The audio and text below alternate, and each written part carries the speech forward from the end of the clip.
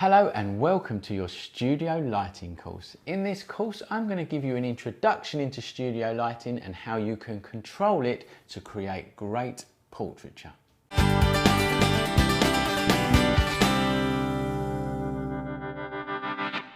So in this course I'm going to teach you how to control studio lighting to get real professional looking effects. Once you're introduced to it and once you can start controlling one light, two lights, etc., the rest becomes really easy. It's just about getting that first step, if you like, into that control over these lights.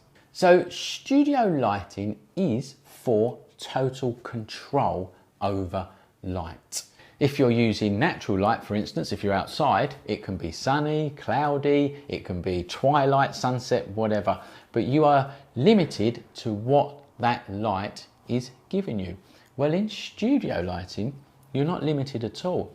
You can move the lights around, you can turn the power up of the lights, you can put different accessories on the lights, and you can get the exact look that you want. Studio lighting has been used by photographers for many years. Here's some really old photographs by a really great photographer called George Hurrell, and he's one of the photographers that invented that Hollywood glamour kind of look.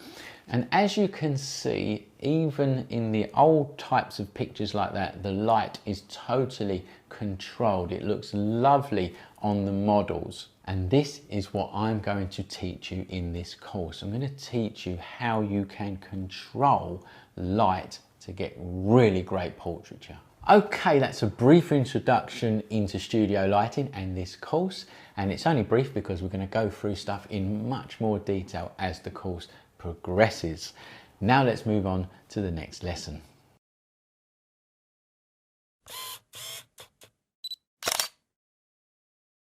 This lesson is going to be how to set your camera up for use in the studio.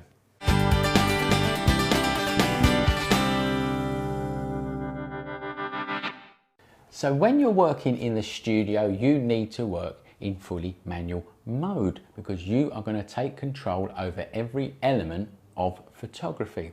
So the first thing that you need to do on your cameras is turn the dial on the top of the camera to the letter M.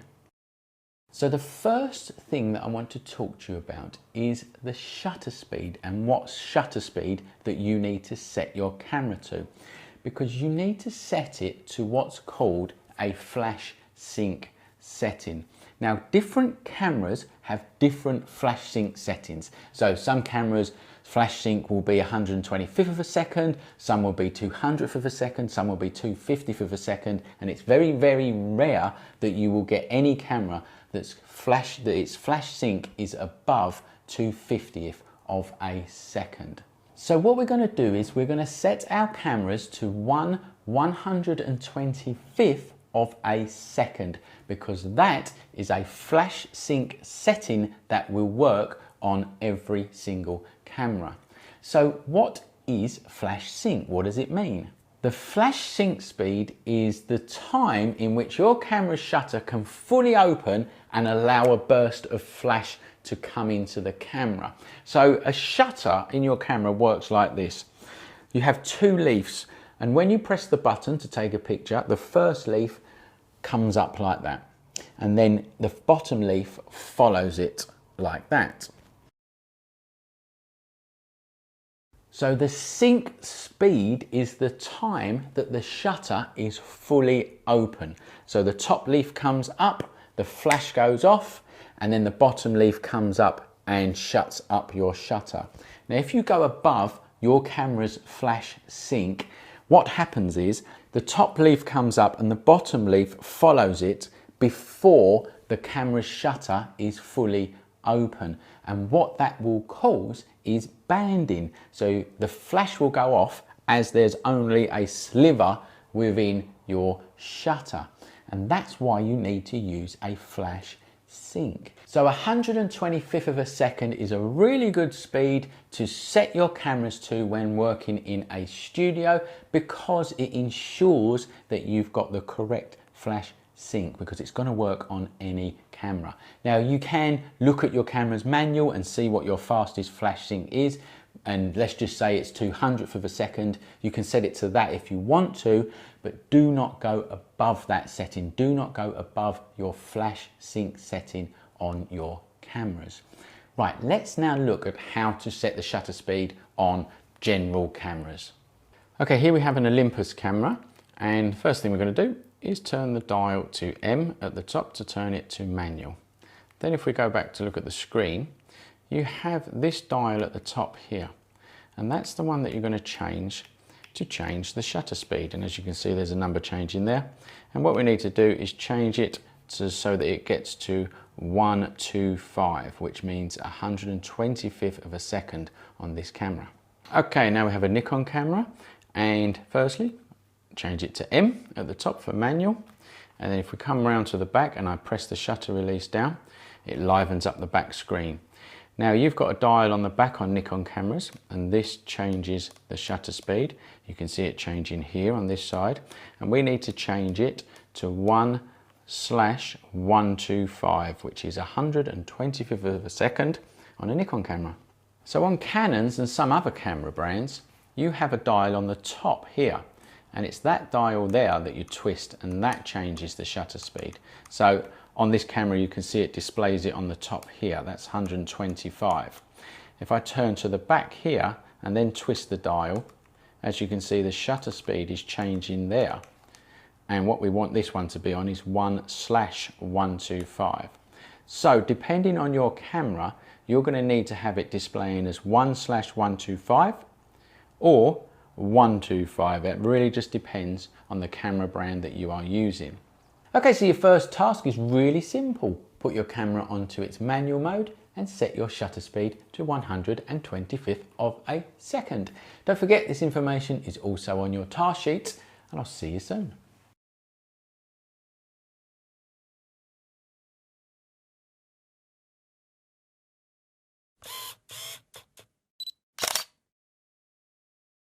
Okay, the next thing that we're going to look at is setting your ISO and your white balance. So firstly, you're going to set your ISO to 100 or its lowest native ISO settings. Now on most cameras, that is ISO 100. On some cameras, like this Olympus one here, the lowest native ISO is ISO 200. So you're going to set your cameras to its lowest ISO, and the reason that you do that in a studio is to minimize the amount of noise that you get.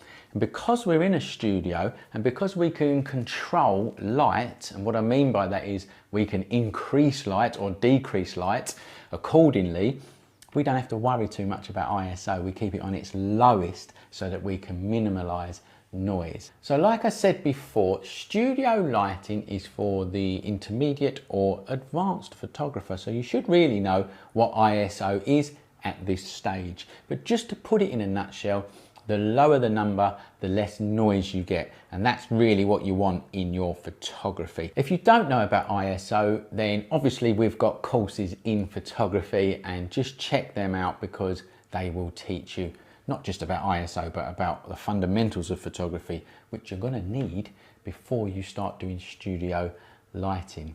Okay, I'm just going to show you briefly how to set that ISO on a variation of cameras. Okay, here I have an Olympus camera, and if I click the OK button here, it brings up a screen with most of your settings that you need. And you just scroll left and right, and you go to ISO there. If you click on the OK button, it brings up all of the ISOs that it has. Now it's got your lowest native ISO, which is 200 on this camera, and it even says it there, it's recommended. And that's what you need to set it on this camera and other cameras that have got the lowest native ISO of 200. There is one that says low, but that's an extension. And I recommend that you just stick to 200 on these cameras because it's its lowest native ISO. So I'm just going to press OK, and now my ISO is now on 200. Okay, here we have a Nikon camera. Now for a Nikon camera, you need to make sure that your ISO auto is off. And if you see on this camera, it's got ISO/A at the top there. You need to make sure that that is off before you set your ISO. So I'm going to hit the shutter release just to liven it up again. and I'm going to press menu.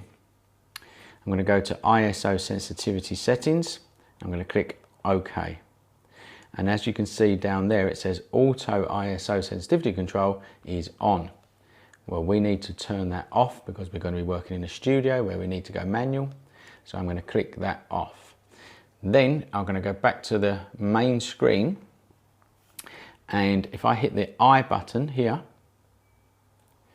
and then go over to ISO, I can now change the ISO to what I want to and do it manually.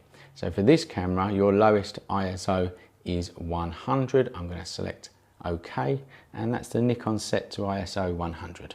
Okay, this is a Canon camera, and Canons are quite easy. You just find the button that says ISO. Some of them will be on the back of the camera and some will be on the top of the camera. It just depends on your camera model. But you just click ISO and you're going to scroll along to 100 and press set, and that's it. Okay, so just set your cameras up to its lowest ISO, which would be 100 on most cameras, 200 on some cameras, and I'll see you in the next video where we're going to look at white balance.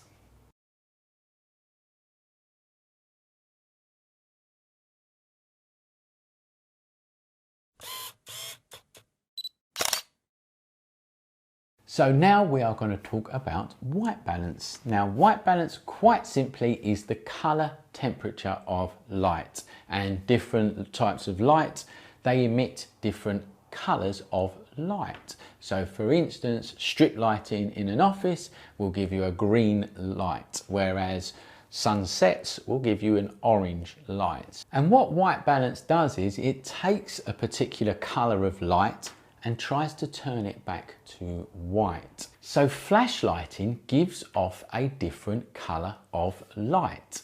It gives off a more bluey light. And what you need to do is tell your camera that you're shooting under flash so that the camera can then turn that light back to pure white. And that will ensure that all of your pictures are balanced correctly to the same light, so it all looks as natural as possible. So white balance is a whole new area of photography, and if you do want to learn about it, we've got a whole lesson on it in the complete guide to photography that we do. So if you want to, go and check that out. But for studio lighting, what I've just told you now will be fine. Okay, so now I'm going to show you how to set your white balance to flash on a variation of different cameras. So here I've got an Olympus camera, and again you're going to press the OK button here. Brings up most of your settings that you need. Just scroll left and right until you get to WB, which is white balance. We click on OK, and I can go left and right and select different white balances. Now we want flash because we're working in flash, so you just simply select white balance flash.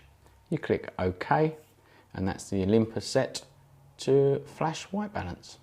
Okay, here we have a Nikon camera, and for this one you're just going to press the I button here, which brings you into the main settings of the camera, and you go backwards and forwards until you come to white balance here. You click OK, and you go left and right until you get to flash, and it tells you there flash. Click OK, and now you've set the Nikon's white balance to flash. Okay, here I have a Canon camera, and to change the white balance on this camera, you find the button that says WB. Again, on some Canons it's going to be on the back, and on some it's going to be on the front. You press that button, it brings up all your white balance settings. You go left and right until you get to flash, and then you click set. And it's as simple as that. So that's a Canon now set to flash white balance. So set your camera's white balance to flash, and I'll see you in the next lesson.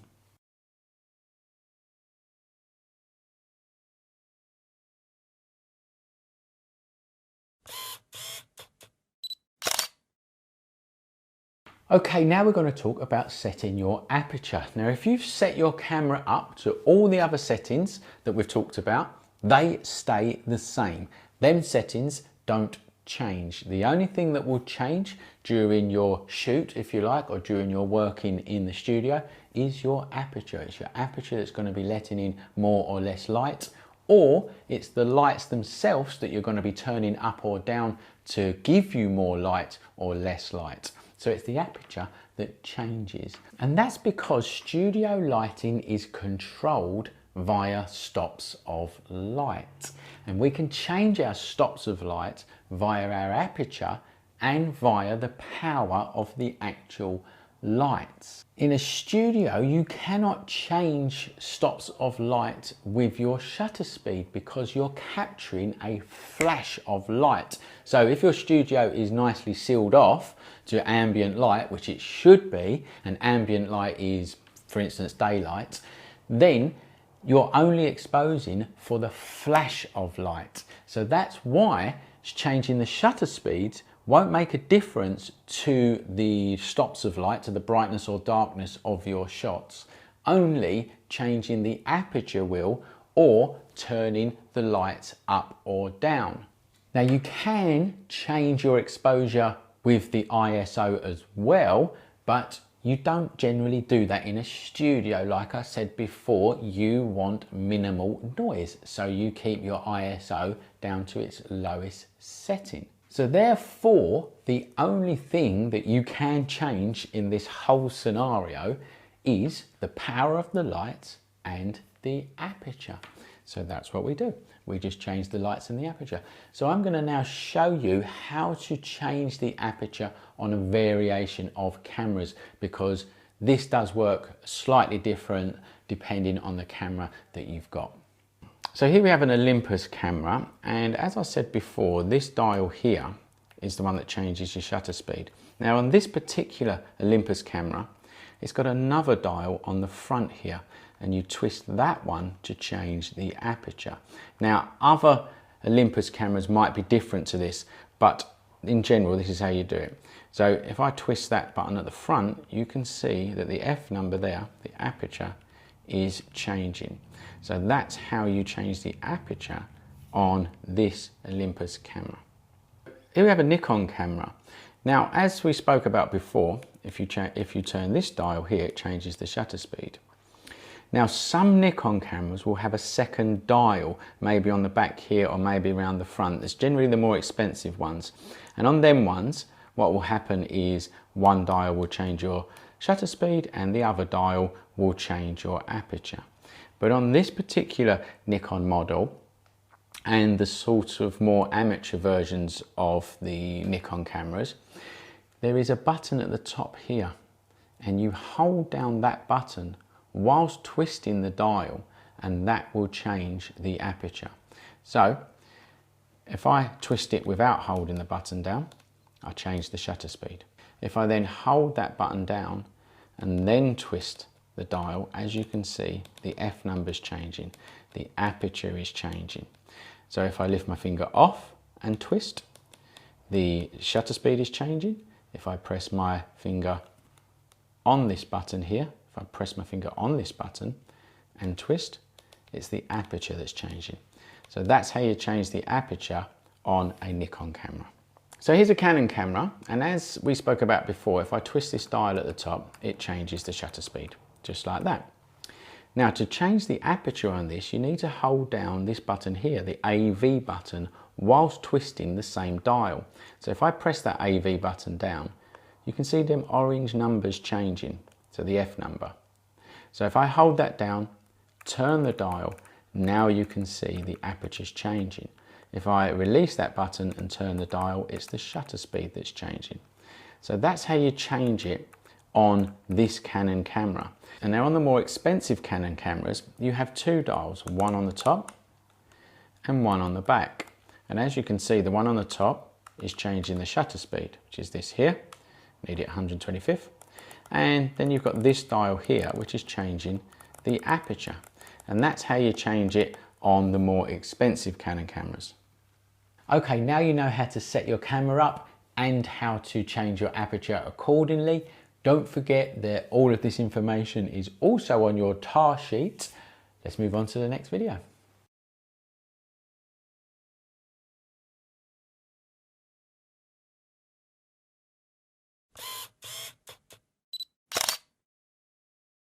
So now we're going to talk about focusing and your focus settings on your camera. Now this is something that you might well know, But over the years, I've taught thousands of people how to do studio lighting, and you'll be surprised how many people don't know how to set their focusing for use in the studio, because it can be quite difficult to focus in the studio because sometimes it's too dark. So we're going to look at how to get your focusing correct. So controlling your focus point in any picture, not just studio photography, is obviously really important because it's where the viewer is going to look first. They're going to look at your focus point. And if you leave it to your camera's fully automatic selection setting, then your camera's just going to focus on whatever it thinks needs to be in focus. So you need to be absolutely clear and control the focus point of all of your shots. So there's some things to note about your camera's focus settings. And the first one is that your camera needs to see detail to focus onto. So let me just grab my camera here, and here we've got a plain white table, as you can see. Now, if I try to focus on that plain white table, you can hear that the camera is just trying to focus in and out. It cannot find anything to focus onto. There's no detail there. If I then turn it to my notes here, it focuses straight away because it can see there's a pen there on a white piece of paper. So it can see straight away and it can focus.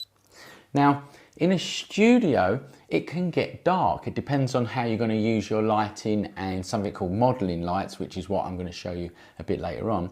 But if your studio is quite dark, your camera can have trouble seeing what you want to focus onto. So that is the first thing to note. Make sure that there is some detail for the cameras to focus onto.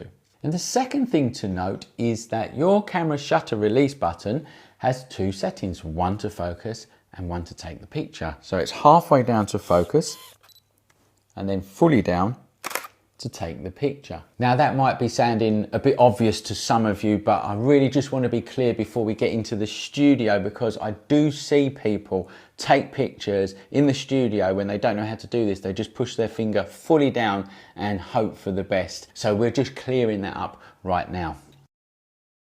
And the last thing to note about focusing on cameras is your lenses have limits to how close they can get to an object. So if you're too close to an object, let's take this mug for instance, if you're too close, the camera will not focus on it. But if I come back a little bit, it will then focus. So different lenses have different limits to how close you can get to a subject before it focuses in. So just be aware of that when we get into the studio. And then you have your camera's focus settings.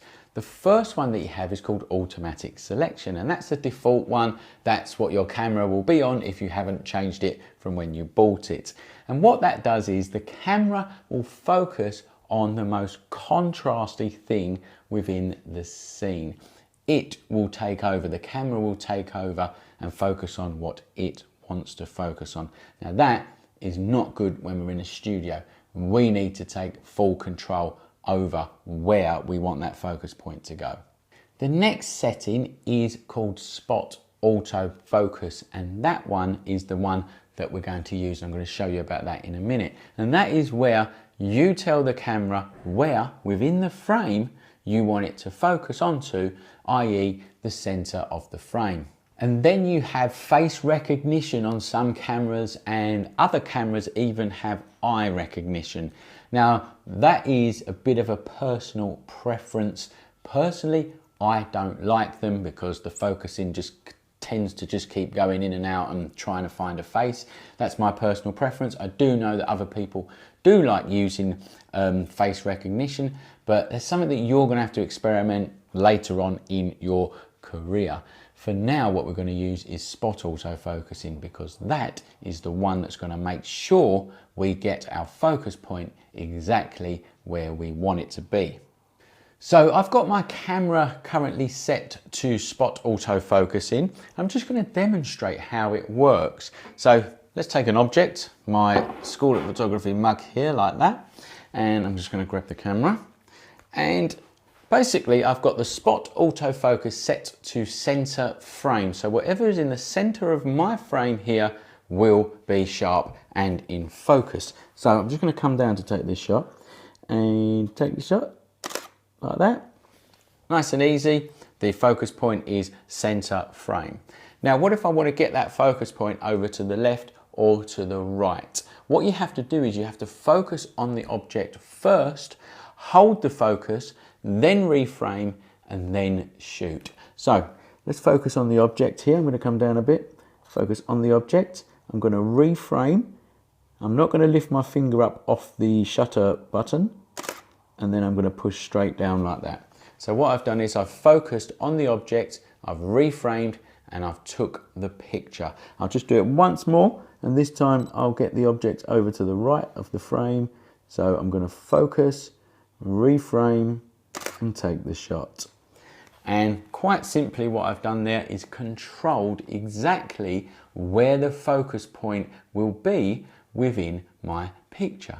So what I've included in this lesson is a full lesson on focusing and camera settings and how to control the focus point properly. I've put it on a separate lesson because some of you will know all of what I've just told you and some of you will not.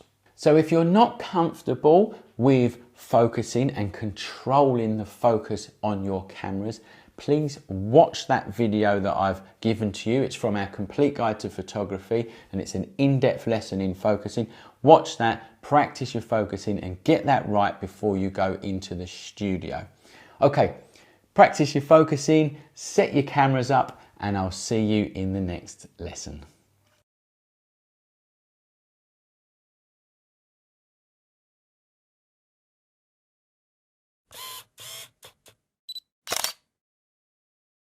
Hello, this lesson is going to be about focusing, best practices and best settings.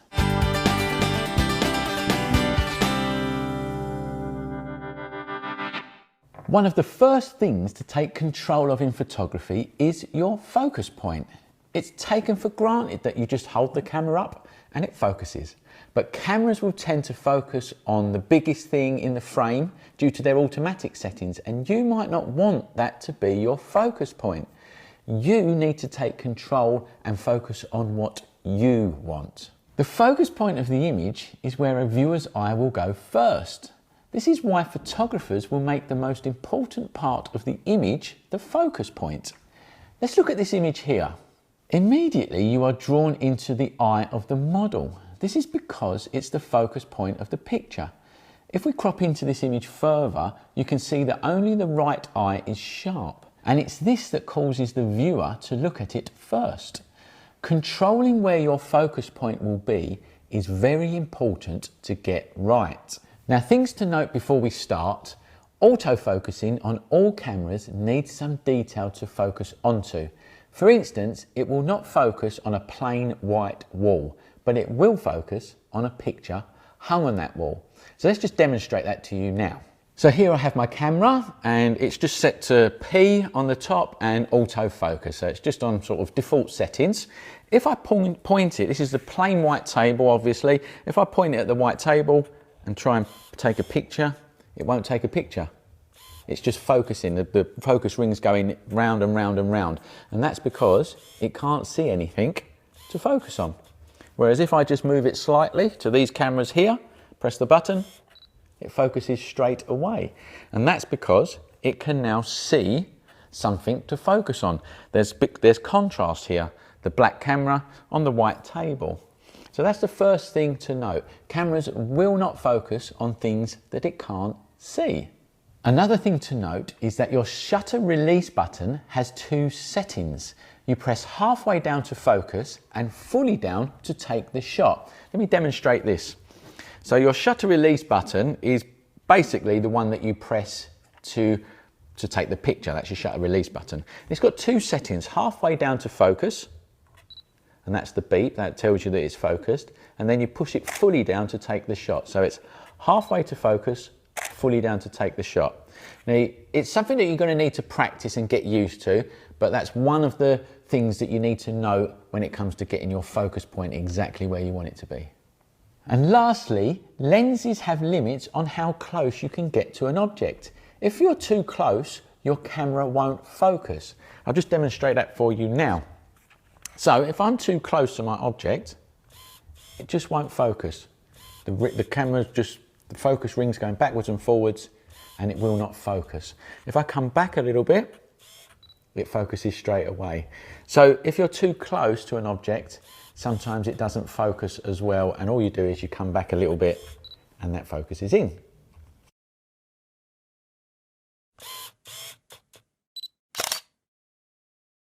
Now let's go through some focus settings. There are various focus settings on various cameras, but here are the most common. The first one is automatic selection. And in this one, the camera will focus on the most prominent part of the image.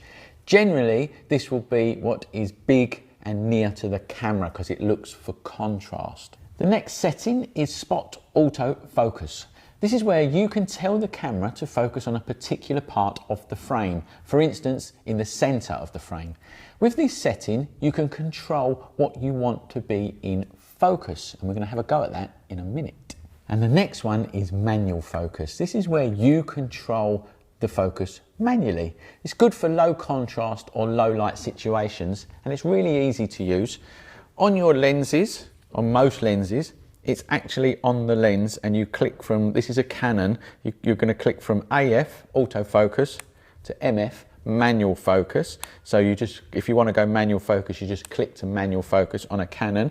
And then other lenses, this is a Nikon here, other lenses will just have a focus ring on their lens that you can just turn and it will manually focus as you're shooting. So that's another way to do it. And that is the 3 main settings for focusing on your cameras. To start, we are going to use the spot autofocus setting and set the focus point to center frame.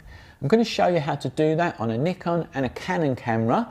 Other camera brands will be very similar to these, so don't worry, you can look it up in your camera's manual if you get stuck. So let's have a look how to set that on our cameras now. Okay, so on a Canon camera, you need to look for this symbol here. Now that can be in a different place on different models, but don't worry about it. Find that symbol, press the button near it. Then it brings up your focus settings, and here this one says auto selection. Let's press it again. Auto selection, then you've got this one in the middle and you've got this one at the end, and this is your spot autofocus, and that's the one that we want to set it onto. Let's press it again, sorry, press that button, sorry, again, press that button there, and you can move left and right here to change the focus point within your frame. Now we want it to be center frame, leave it on center frame, and then that's it. Now your focus point is on center frame, and you can see it there on that little symbol there. Okay, now on a Nikon camera, you need to find this I button here, and you press the I button and it brings up your menu here, and if I go left and right with this dial, I can go to all of my manual modes here. Now what you need is AF area mode. Click OK, and then you go across to single point AF. Then you click OK like that, and then you just press this shutter, just press the shutter here as if you're going to take a picture, and it brings up the back screen again. And you can see there that the point is in the center. So by default, it will put that point in the center, but you can change it by going left and right here and up and down, whatever. But try and keep it in the center. It's very easy to press this by mistake and put the focus point somewhere else. You're going to keep it in the center just like that.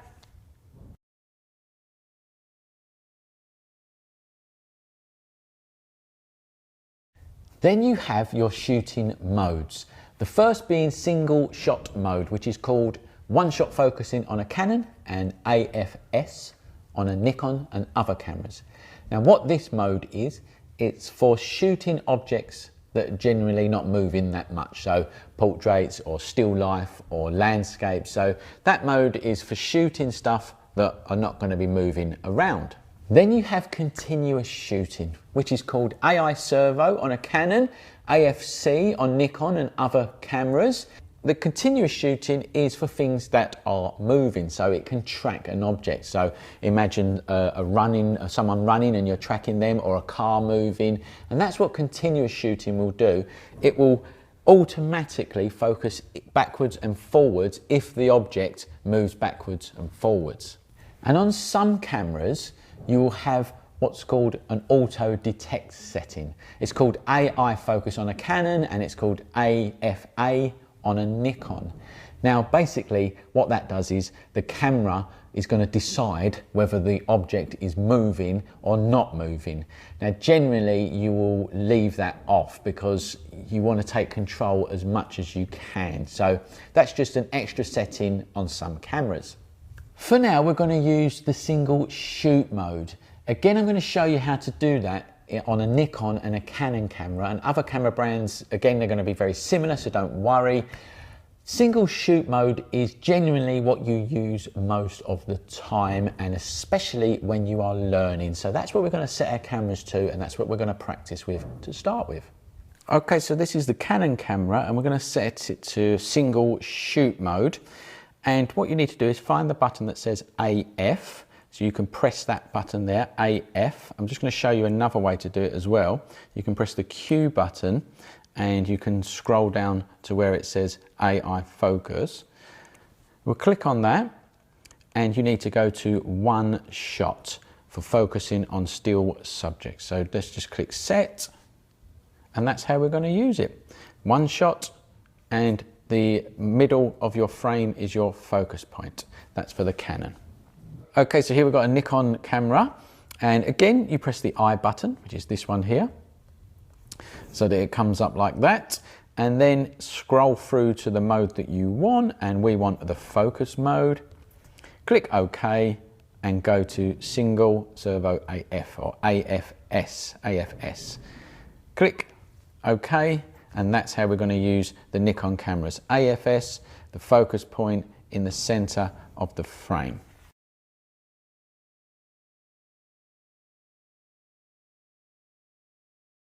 Okay, we're going to do a little task to get you practicing taking control of your focus point. But before we do, I'm going to show you how to hold your camera correctly. This is something that's taken for granted a lot, but it's going to help you out a lot. So let's look at how to hold the camera correctly. Firstly, you hold with your right arm the grip, which is pretty obvious, and you leave the thumb and the finger free to be pressing buttons. And this is where I see it go wrong with the left hand. I normally see people holding their camera like that. Now that is going to be a lot less stable for you, and you can put your fingers in front of the lenses and all sorts. You hold the camera under the lens. Then you can form a nice kind of body tripod, if you like, keep the camera much more steadier, and you can go from portrait to landscape very, very quickly. Okay, so make sure you hold your camera correctly. It's something that you might have to get used to, like breaking a habit, but you're going to be much more comfortable with your camera if you do. Let's get your camera set up for the focusing task. All of this is also on your task sheet, which is in your resource pack. Firstly, set your camera to P. Set the ISO on auto and make sure you have lots of light in the room. We're going to go through ISO in much more detail later on, so don't worry about that for now. Remember, learning is layered. We are learning one thing at a time. Then zoom your lens in a bit to about 50mm. I'm going to show you all this in a minute, and again we're going to look at focal lengths in much more detail later, so don't worry. And here is how to do all of that on the cameras. So I'm going to show you how to set all that up on the cameras now. Okay, so we're going to set up the Canon camera for the focusing task. Firstly, go to the P setting at the top, make sure that that P is matched up with your line there like that. Then with the Canon, we're going to press the ISO button at the top there. That button could be on the back, it just depends on your model, but you press the ISO button and then this comes up, and you go left and right with your buttons here, go to auto, press set. Then just make sure again that you are on one shot and that your focus point is dead in the center of your frame. Then I want you to zoom the lens in to around 50 mil. So if you look at your lens, now we're going to go through this in much more detail later on in the course, so don't worry too much. But if you look at your lens, there's a little white line there, and it corresponds to a number as you zoom in and out. So that's 24, 35. You want it to be roughly around about 50, something round about there is fine. It doesn't have to be accurate. And the last thing I want to show you, and again I'm going to go through this in much more detail a bit later on, but I want you to be shooting in JPEG as you're learning. So you press menu at the top here, and you go to the very last one, you go to image quality, and I don't want you shooting in RAW because it's going to confuse things. Remember, learning is layered, so we're going to be shooting in JPEG for now. I will tell you all about that a bit later on. So you set your camera just to medium like that, press set, and then you are ready to go and take the pictures with your Canon camera. So this is how you're going to set your Nikon camera up for the focusing task, and don't forget that most other brands work in very similar ways, so don't worry too much. At the top, you're going to set your camera to P, so make sure you twist this dial till it goes to the letter P. Then we're going to set our ISO to automatic. For this you press the menu button there and make sure that you are on this camera symbol on the side. So you go up and down till you get to that. Go across with your button, go down to ISO sensitivity settings. Now you might have to go down quite a lot, it depends where it is on your camera. ISO sensitivity settings. Click OK, go down to Auto ISO here, click OK again, go up to On, click On, and then you are on your Auto ISO settings on a Nikon. Then I want you to go to your lens at the top here, and there's a little white dot that corresponds with a number as you twist your lens zooming in and out. You want that to be round about 50, so let's just leave it about there. And the last thing I want to show you is press the shutter release here just to bring this screen back up. I don't want you shooting in RAW. Now by default you should be shooting in JPEG anyway. I'm going to go through that in much more detail later on, so don't worry too much for now. But I just want to check that you're shooting in JPEG. Press the I button, go to image size, make sure that you're on medium. You can be on large if you want to, but medium is absolutely fine for while we're practicing. Then go over to image quality, click OK again, and make sure that you're in fine or normal. All right, I'm going to leave it in fine for now, like that. I don't want you shooting in RAW for now, because remember, learning is layered. We learn one thing at a time, and for now we're going to learn about focusing. Okay, that's how you set your Nikon camera up for the focusing task.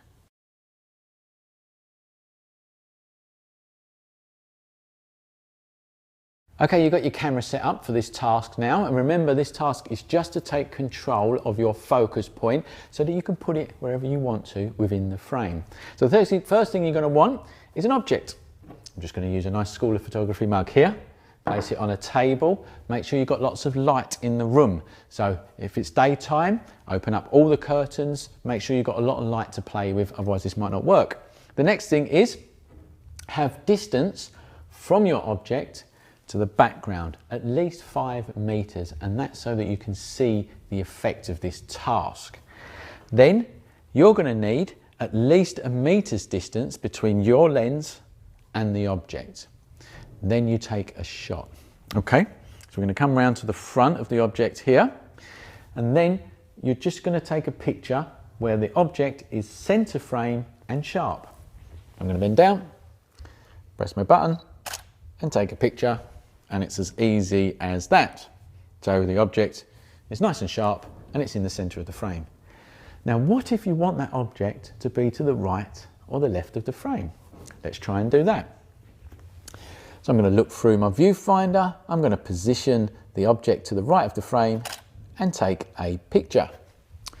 Now as you can see, what's happened there is the object is out of focus, and that's because our focus point is on center frame. So what you have to do is focus on the object, reframe it, and then take the shot. Now remember, halfway down on your shutter is the focus. So you can focus, hold the focus, reframe, and take the shot like this. focus on the object, it beeps, reframe, take the shot. Now, at no time during that picture did I take my finger back off the button. So it's halfway focus, reframe, fully down to take the shot. And then you can control the focus point like that. And now the focus point is to the right of the frame. Now I'm going to do it again and get it onto the left of the frame. Focus, reframe, take the shot. And now it's to the left of the frame. And that's pretty much it. That's taking control of your focus point. So give that a go and I'll see you in a minute.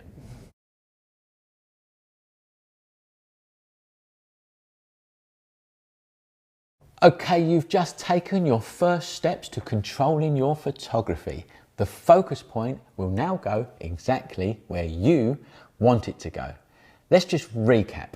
Autofocusing needs some detail to focus on. It won't focus on a plain wall or in the dark because it can't see anything. Your shutter release has two settings, halfway to focus, fully down to take the shot. If you're too close to something, the camera won't focus, so move back a bit and zoom in if you have to. While you're practicing, it's best to have the camera set to one shot focusing or AFS and set the camera to spot autofocus, your focus point being the middle of your frame. Then you can quickly focus on the point that you want and move that focus point to anywhere in that frame. And that's focusing done. Practice it some more if you need to, and I'll see you in the next lesson.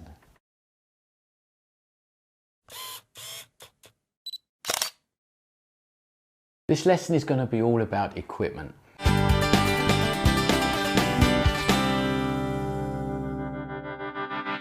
So you may already have a load of equipment, or you may be looking to buy some brand new. So what we're going to do in this lesson is we're going to look at a range of studio equipment that you can buy and use to get a range of different photographic looks. So let's talk about essential equipment that you're going to need in the studio.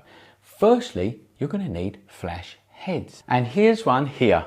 And basically what a flash head is a massive version of your pop-up flash, which is on your camera. It's as simple as that. It's just a really big version of a flash. It's got more power, you can move it wherever you want to, and you can put different accessories on the front of it to give you different looks. Now, they come in different powers, and that is signified by the wattage of the flash head. For instance, this one here is a 500 watt head. And they come in other wattages like 300 watt heads, 150 watt heads, and so on. And for a normal studio, if you like, one of this size, maybe a garage or a room, or the general studios that you start off with, 500, 300, 150 watt heads, they will all do just fine. And basically, the more the number in the wattage, the more powerful the light will be. Now, I'm going to recommend all of this equipment in the tar sheet that's with this lesson, and I'm also going to put in there the brands that I recommend that you should buy. The reason I'm not saying it on the video is because they change so quickly, like on a 6-month basis. So if I keep them up to date on the tar sheet, then it doesn't actually matter when you've bought this course, it's going to be up to date. So for brands and for recommended wattages, it's all going to be on your tar sheet. The next essential piece of equipment that you're going to need is a light meter, and here's one here. Now these come in various different forms and different brands, and again, I'll put this all on your tar sheet. But basically, because we work fully manual in a studio, we can't use the camera's light meter. We have to use one of these, and make sure that you get one that measures flash lighting as well. And basically what this will do is this will measure the light coming out of the flash heads so that you can set your camera appropriately and get a correct exposure. So there you go, that is a light meter again, but I'm going to show you how to use all of this in much more detail, obviously when we get in the studio, but there's your another essential piece of equipment. So the next thing you're going to need is a sync cord, which is one like this here, or a remote trigger like this here. Now basically what these do is they tell the flash to go off when you take a picture. So if we take the sync cord here, you plug one end, this end here, into the camera, and you plug the other end there into the flash head, like that. And then when you take a picture, it sends a signal down the cord and the flash goes off. So that's one way of triggering the flash. Let's just put this down for a second. The other way, and this is the way that I recommend, is using a remote trigger like this here. And what you get with a remote trigger is a transmitter like this one here and a receiver like this here.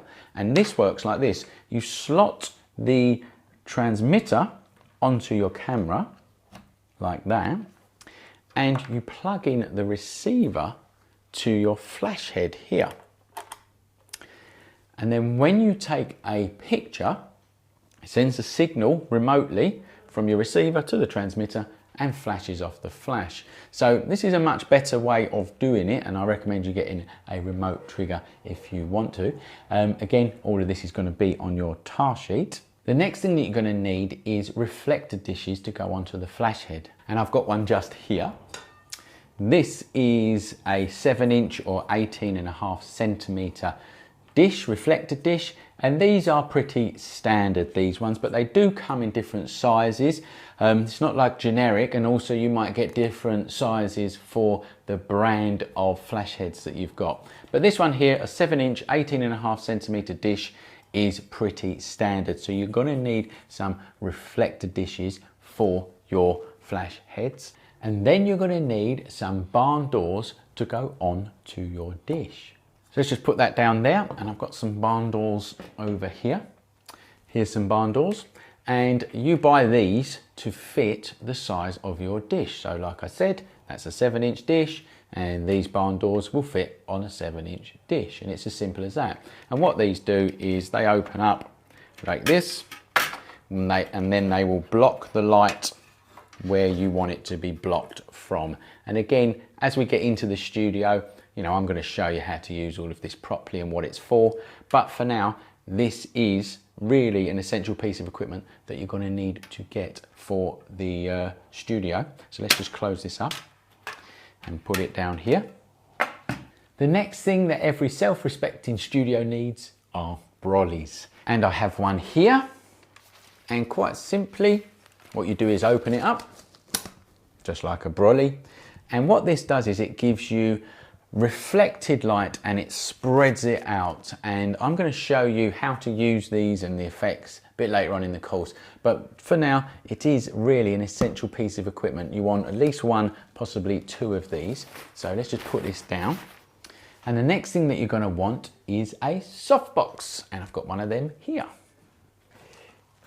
There's a softbox, and they come in various sizes. As you can see, this one is a bit more squarer, and the one behind me there is an oblong softbox. Now basically what these give is a diffuse light, which is a really soft light, and we will look at that later on in the course. But for now, I'm just showing you the equipment that you will need when you're in a studio to get different visual effects, and a softbox is definitely one of them. So let's just put this down behind me for a minute and talk about the next thing that you're going to need in a studio, and that is a reflector. And I've got one of them down here as well. Let's just grab that. And here is a reflector. Let's just open it up for you. It will pop open like this. And this is called a 5-in-1 reflector. And what that means is I've got gold, I've got silver, I've got white to reflect with, and inside here I've also got a diffuser. Again, this information is going to be on your task sheet. And you don't have to use these neither. You can actually use bits of card if you want to, or polystyrene, which is what I'm going to come to a bit later on in the course. But you are definitely going to need some kind of reflectors in your studio. The next thing that you're going to need, obviously, is some stands to put the lights onto. And here's one here. And quite simply, you loosen up these grips, and then you can pull up your stands, and they go taller and obviously shorter like that. It really is as simple as that. And again, I'm going to come to using stands a bit more in the course. And the next thing that we need to talk about is backgrounds, because there are various different types of backgrounds. So we need to now clear this space so that I can show you some backgrounds.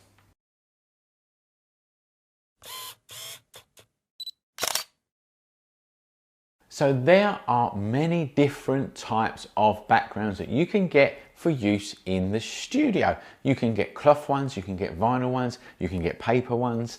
And as you progress through your studio career, you will experiment with lots of different types. But by far, the best types that you can get are these paper backgrounds like this one here. And that's because they give you the smoothest kind of background, if you like, and when they get dirty, all you do is you cut them off, chuck away the dirty part, pull them down again, and you've got a brand new clean background. Now they come in two separate sizes. One is like this one here, which is 2.7 meters or 8 foot 10 inches, depending on where you are in the world. And they come in 1.35 meters or 4 foot 5 inches. Which is the smaller version, so it depends on what size that you want to use or how big your space is, and I'll come to that a bit later on. But the other good thing about these paper rolls are that you can actually cut them to size. So whatever studio you've got, you can cut them to size just using a normal wood saw. And I'll show you an example here. So here's one that has seen better days, but on the edge over here, I just used a normal handsaw and cut it to size, because these paper rolls are pretty much compressed wood when they're in their normal state, when they're rolled up like this. So it's really easy to cut through them with a wood saw. So there's a little tip for you. If you haven't got 2.7 meters and it's just a little bit smaller, you can cut these with a normal saw to size. So now let's look at some background support systems. The first system we're going to look at is this one here, and it's two stands and a pole basically. These stands are the same as your studio lighting stands, so all stands in a studio are generic. And what we've got is a pole in the middle here that goes through the paper roll to support it. And it really is as simple as that. And you can get poles that are different sizes. So for instance, you can get poles that just fit the 2.7 meter rolls, or you can get poles that fit the smaller ones. But you can also get poles like this, which are telescopic poles. These ones are really good, and quite simply, they go as long as you want them to go.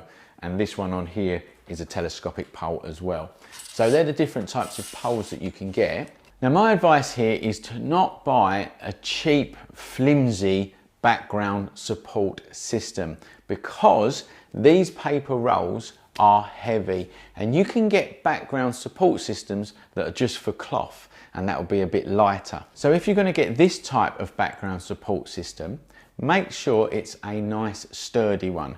Now this support system, the two stands and the pole, is a really good portable system, and you can pack it down and hide it to one corner if you need to, depending on your studio. But we're now going to look at another background support system, which is a pulley system. Let's go and look at that. And here it is here. This is a really good system if you're planning to just have a fixed studio. You're not going to be portable, because it attaches to the wall and it allows you to put 3 different colors of backgrounds onto this pulley system. And all you do is you pull the chains to reveal a color, or pull the chain down to put your color into the background. And it really is as simple as that. Now these pulley systems, they fix to the wall. So you've got to have like a strong wall or some studs in the background there so that you can fix this to it, because it's going to be really heavy. And the other thing is you can get 2 different types. One that will support heavy paper rolls, like we was talking about before, and one that supports cloth rolls. Now, I would suggest that you go for the one that supports heavy paper rolls, because then you can use it for anything. And that one comes with poles that go through the rolls and attach either end. The other system have just got edges, if you like, that you put into the edges of your rolls. And the problem with that system is, the ones that go in the edges, is that a heavy paper roll will dip in the center, and you don't actually want that. So this is the pulley system.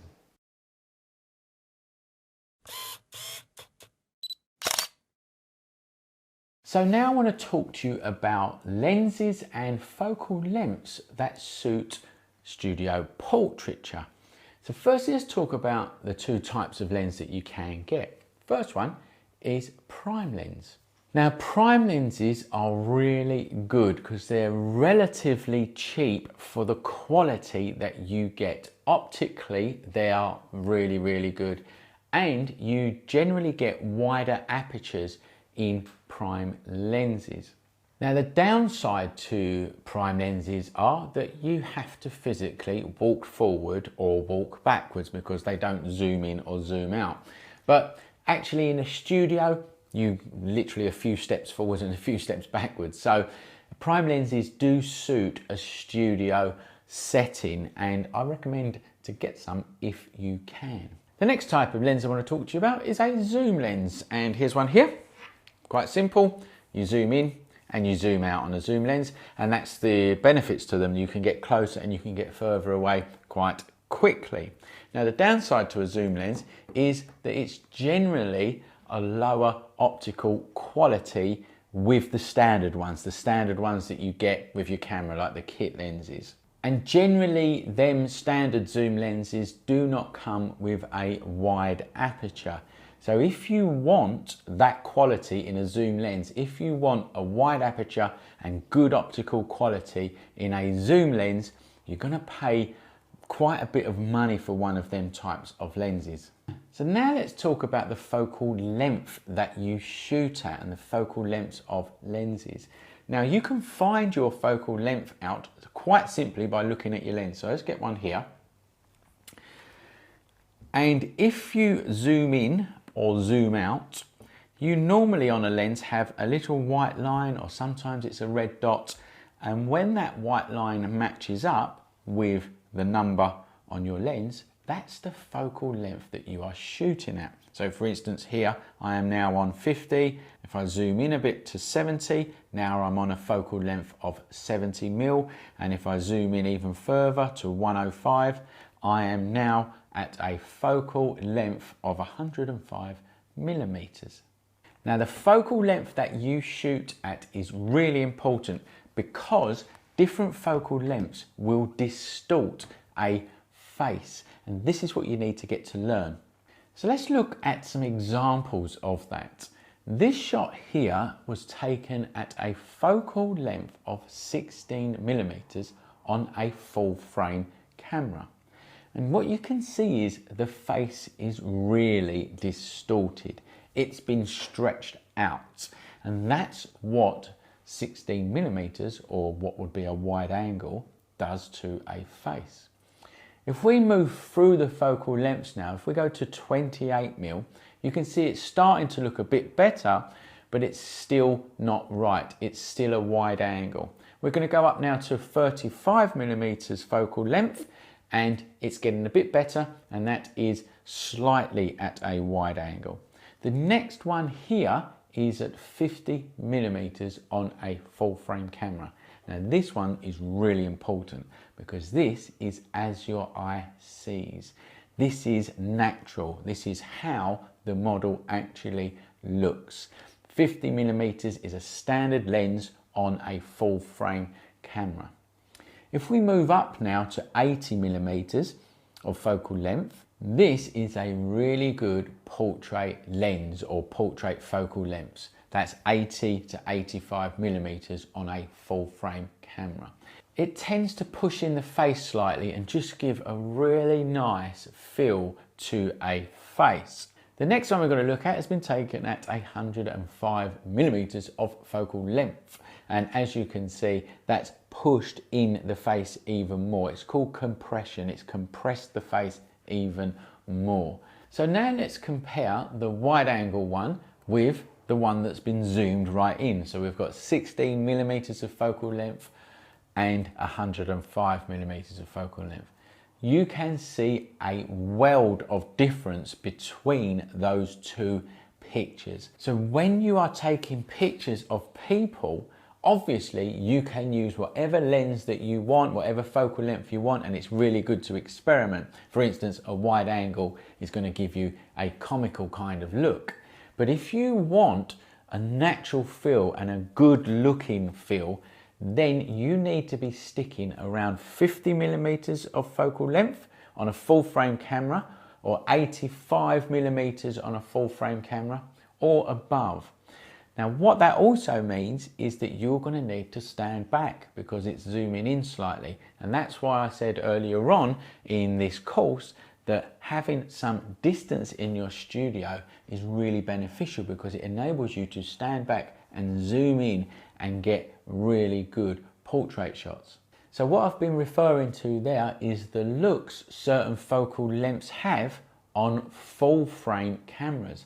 Now you get different types of cameras which are going to cause the focal length to look differently. For example, I've got 3 different types of cameras here. I've got a full frame camera, I've got a crop sensor camera, and I've got a micro four thirds camera. And what that refers to is the sensor inside the camera. The sensor sizes are basically different sizes. And those different sensor sizes will affect the visual look of focal lengths. What I mean by that is that if I took a picture at a focal length of 50 mil on each of these cameras, each one of them pictures would look different. So what you need to do is figure out what the equivalent focal length look is on each of these cameras. Now don't worry, I've got all of this on your task sheet as well, because it can be a bit complicated. For example, if you want that standard as your ICs look, that would be 50 mil on a full frame camera. Now if you want that same look on a crop sensor camera, like this one here, you will need to set your focal length to around 31 millimeters. So you'll get the same look at 31 millimeters focal length for this one here, the crop sensor, and 50 millimeters focal length for this one here. And then if we come to the micro four thirds, like this one here, you need to set the focal length to 25 millimeters to get the equivalent look, to get that standard as your ICs look.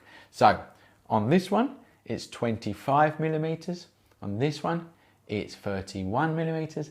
And on this one here, it's 50 millimeters of focal length. And they will all give you the equivalent visual look. Now I've got a chart on your task sheet which is going to explain all of that in a bit more detail, so you can actually look at whatever the camera that you've got, whatever the sensor size your camera's got, you can look at the equivalent focal lengths to match. The ones, like I say, that you really want to be using in a studio for a natural look are 50 mil or above on a full frame lens, and then you match it up to whatever camera you've got. There's one more thing that I want to mention when it comes to lenses, and that is to use a lens hood. And here's some lens hoods here, one on this camera and one on that camera there. Now, a lens hood, and using a lens hood is really important because it stops stray light from flickering over the front of your lens, and it will give you more contrast in your shots. Now, zoom lenses like this one will have what's called petal lens hoods, and they're the ones that have got these kind of cutouts around the corners of the lens hood, and that's to allow for you to zoom out. Whereas prime lenses will have what's called cylinder lens hoods, and they're just solid. They've not got anything cut out of them. So that is recommended lenses and focal lengths for use in a studio. Don't forget, all of this information is also on your task sheet. So get yourselves comfortable with that, and I'll see you in the next video.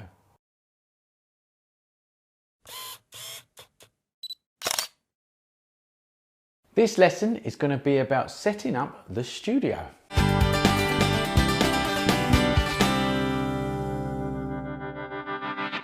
Okay, so we're going to look at setting up a basic one light setup, and it's going to give you more of an insight into some of the equipment that we looked at earlier. So firstly, let's talk about the space. The general rule is the more space, the better. But as we know, the world don't work like that. When I first started, I started in a bedroom and then it was a single garage. And what we're going to do for this course is set the studio up and work in the studio just in this office here. This is a small office. It's about 5 meters square, and we're going to do all of the course in this office. And that's to make it as relevant to the learning photographer as possible, because I know that you are generally, when you're starting up photography and a studio, you're generally on a budget and you might be using a small garage or a small bedroom or things like that. And that's why we're going to do it here. Now, the one thing that you do need is a bit of distance. So you're going to need a bit of width, or as much width as possible, but distance is also important, and that means that's so that you can stand back from your model and it gives you opportunity to use different lenses and different focal lengths, which you are going to need. It's those limitations in photography actually that force you to be creative. So don't worry if you've only got a small space or whatever space that you've got. It will actually limit you to what you can produce. For instance, if you've got a really small space, you might only be able to do head and shoulders. But that limitation is going to force you to be creative, and that's when you come out with different types of pictures. So don't worry, if you've got a small space, we can still create a good studio and take some good pictures. If you've got a massive space, then great, but it doesn't matter either way. Your limitations will force you to be creative.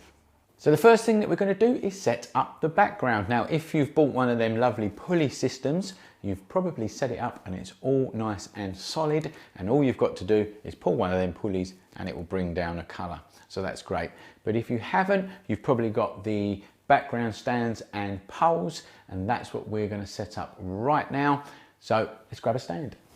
So it's not that difficult to put up a stand, but we do need to make it stable and solid, and that's so that everyone can be safe and things don't fall on top of you, okay?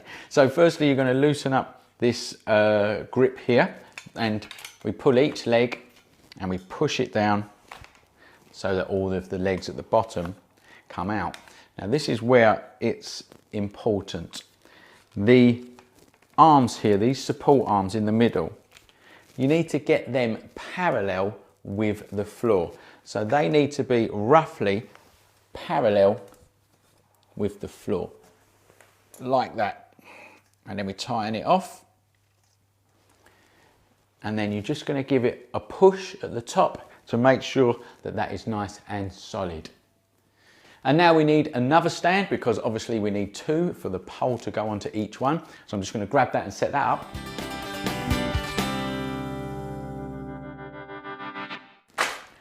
Okay, now I've got 2 stands. Let's grab the pole. And here's the pole here. Now I like the telescopic ones the best, but you can get other ones. And the telescopic ones like this, and it quite simply opens up to how big you want it to open up. And obviously you want it to be as big as the paper roll that you just bought. And once you've got your pole extended like this, we need to put it through the paper roll and then put it onto your stands. So I'm just going to grab the paper roll.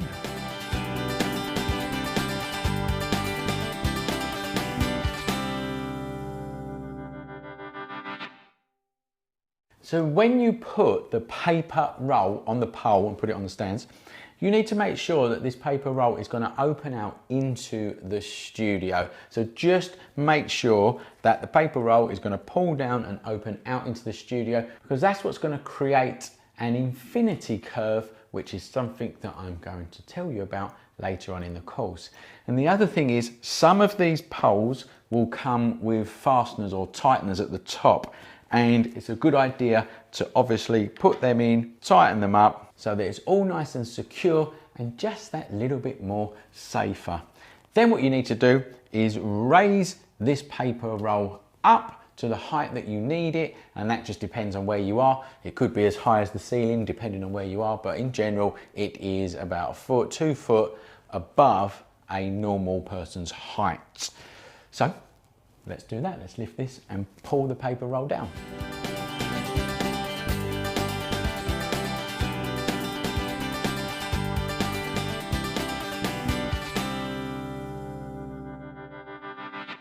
Okay, when you get to this stage and you've pulled the paper roll down like this, you're going to need to clamp the paper roll to the top. You can get these clamps from DIY stores or anywhere like that. And all you do is you clamp the paper roll that you can see, it just continues to fall down because of the weight of it. So that's why you need to clamp it. But you just get the clamp and you quite simply clamp it to the pole like that. Okay, now that's the background setup. Now, the first time that you do this, it will be a bit fiddly. And if you can get someone to help you, then that will be really good. So that's what I suggest that you do. So what I want you to do is set your background up, and then we're going to come back and we're going to look at a studio flash head in much more detail.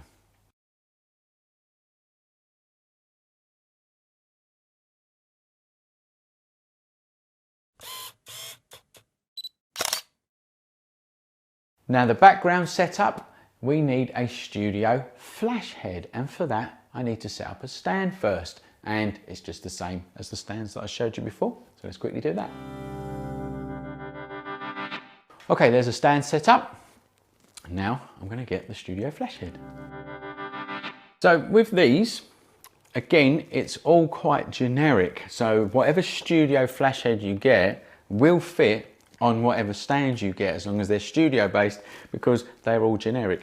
And they quite simply fit onto the top like this, and you tighten up the grip here and you make sure it's all nice and solid like that. Okay, let's talk about these flash heads in more detail. Now, like I've said to you before, there's lots of different brands of flash heads, from really expensive to budget ones, but they all pretty much work in the same way. It's a big light, basically. It's a big flash. It's a big version of the pop-up flash that you've got on your cameras. So let's go through this particular flash head, which is a Bowens one. The first thing is always have a cover on your flash head or an accessory, which I'll come to in a minute.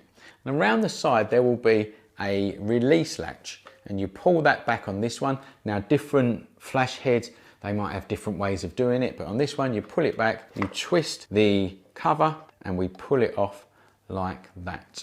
Now before I put the dish on, which I'll come to in a second, I want to talk to you about these lights here. So the first one I want to talk to you about is this one here that's poking out, and that's called your modeling bulb. And that lights up to model the light. That's the light that will stay on constantly if you want it to throughout your shoot. And you can pick your light up and move it around, and you can see where the light is going to fall on your subject.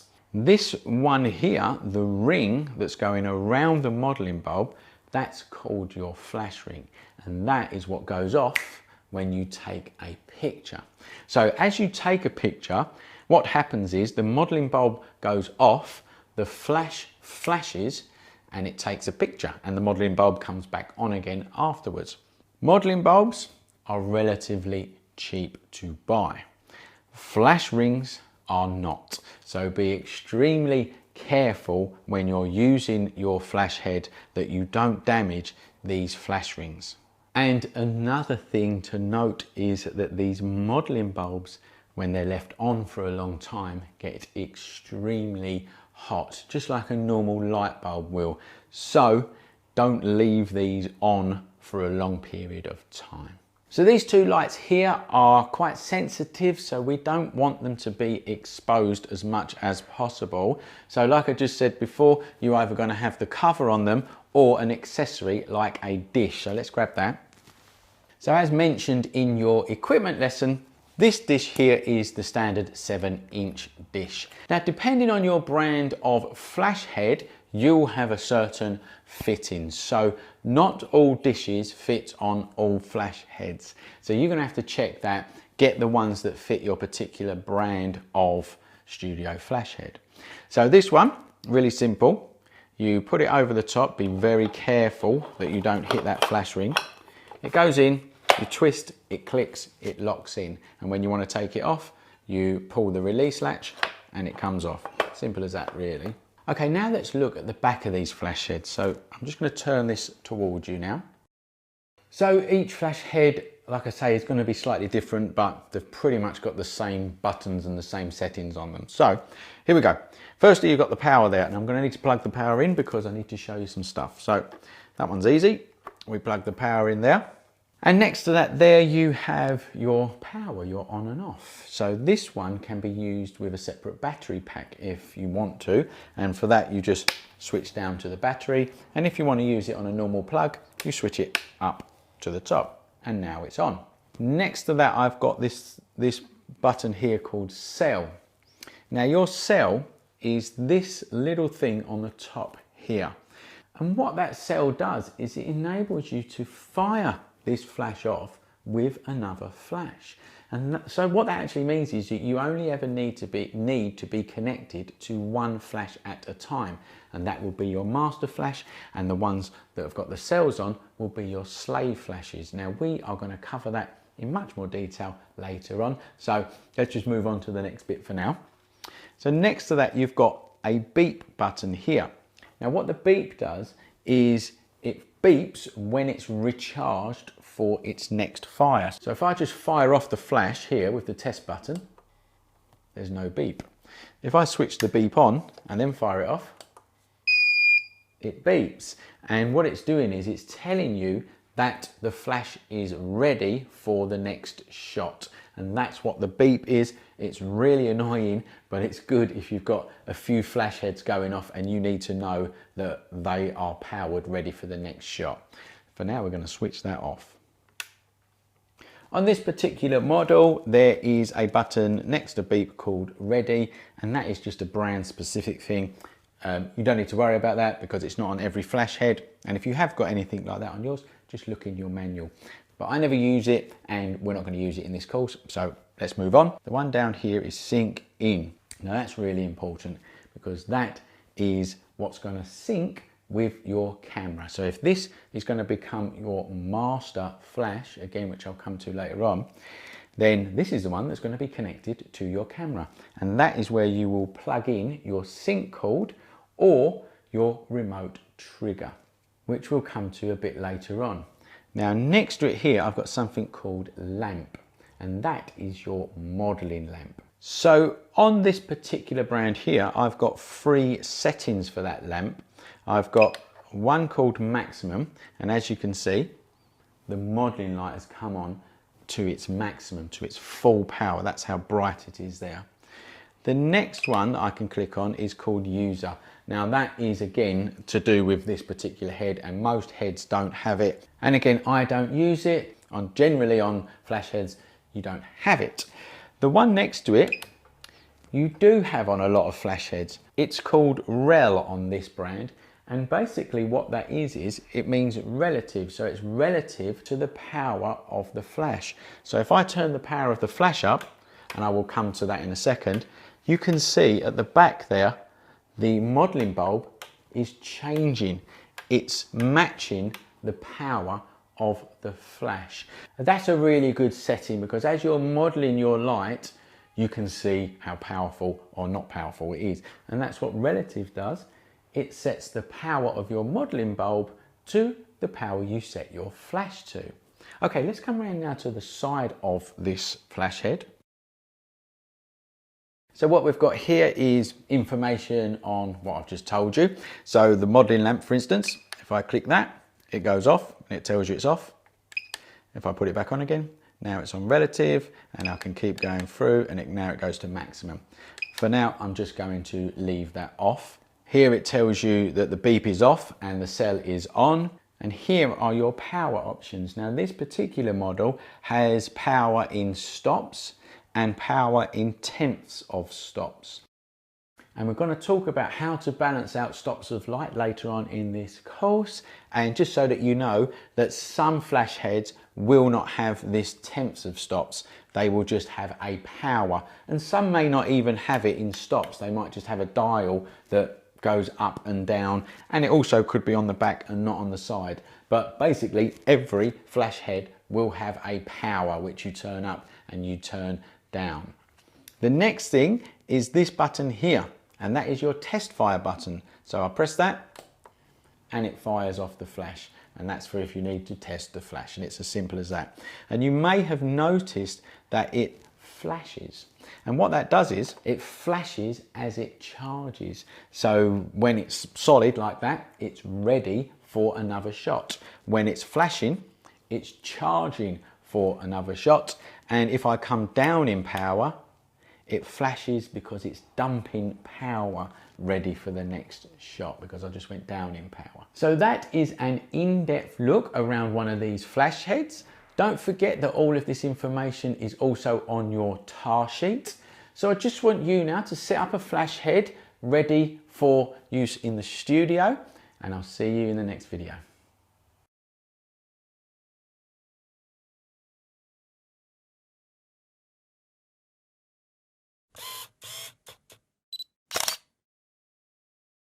So now we're going to talk about how to connect your camera to the flash head, and there are several different ways. The first way that I'm going to talk to you about is by using a sync cord. And a sync cord basically connects your camera to the flash head via a cord, and you plug one end into the flash head like this. You plug it into the sync in on your flash head, and you plug the other end into your camera. Now this camera here has got a specific sync in port that you just plug it into, which makes it really easy, and I quite simply plug it in to it like this. Now other cameras might not have a sync port, and for that you use one of these, and this is called a hot shoe adapter, and you basically slot it onto your hot shoe, which is this top thing on your camera here, and then you have a sync port on the hot shoe adapter that you plug the sync cord into. And then it's really simple. When you take a picture, it fires off the flash, and it really is as simple as that. So the camera is sending a little electrical charge down the cord into the flash head, and it's firing it off exactly when you take the picture. So that's one way to fire off your flash, via a sync cord. The other way is via a remote trigger. So we're going to look at a couple of versions of remote triggers, and here's one here. Basically what you've got is a transmitter and a receiver, and the receiver goes into the sync in port on your flash head, and the transmitter here slots onto the hot shoe of your camera like this. Now most of these remote triggers have also got a test fire button on the top, and you simply press that button, it sends a radio signal to the receiver, which then fires off the flash. So it really is as simple as that. And again, if you take a picture, just like that. So these are battery powered, there's no cord connecting the camera to the flash head. They're very portable, very easy to use actually. There is another version, and I'm just going to grab that now for you. So here's the receiver of this version here, and it works a little bit different. It doesn't need batteries. It actually plugs into the power socket of your flash head, and then the power cord goes into the receiver like that, and then it has a separate sync cord here, and then that goes into the sync in the back of your flash head. So the difference basically is this hasn't got batteries, it's being powered by the power cord. Then you have your transmitter here, which slots onto your camera just like before, and you tighten it up. You've got a test button like before, press the test button and it fires off the flash. Now this one is slightly different because it gives you the option to change the radio signal, and that can come in use if you've got some interference, so you can change the radio signal. You can also buy more receivers like this and plug them into several flash heads, and you can fire off all of the flash heads at once via a radio signal rather than the cell here. Now it's rare that you will do that, but it gives you that option if you need to. So it's just another version of a radio trigger. It works in exactly the same way. You take a picture, sends a signal to the receiver, fires off the flash at exactly the same time as you press that shutter button down. So there's a couple of different ways that you can connect your camera to your flash head. Now in general, you're going to use a radio trigger because it saves you having wires everywhere. But it's a good idea to have a sync cord in the background in case your radio trigger fails or runs out of batteries and you ain't got no spares and stuff like that. Now what we need to do is get a model into the studio so that we can control this light and create different effects. So what I want you to do now is to set up your studio as best as you can to match what I've shown you in this lesson. And when you've done that, we'll move on to the next lesson.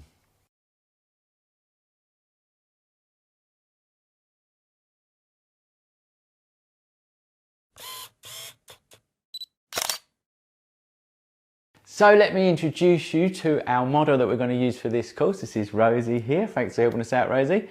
And what we're going to do to start with is we're going to learn how to use one light and get the exposure correct for that one light. And then we're going to look at how to create lots of different effects with just one light. Okay, so I've got one light set up over there. And before we go to that, just make sure that your studio, wherever you're setting up your studio, it is dark. So if you've got any windows, you're going to need to get some blackout blinds and just seal the room from light so that all you're doing is controlling the light from your flash head. So make sure you've got a dark studio first.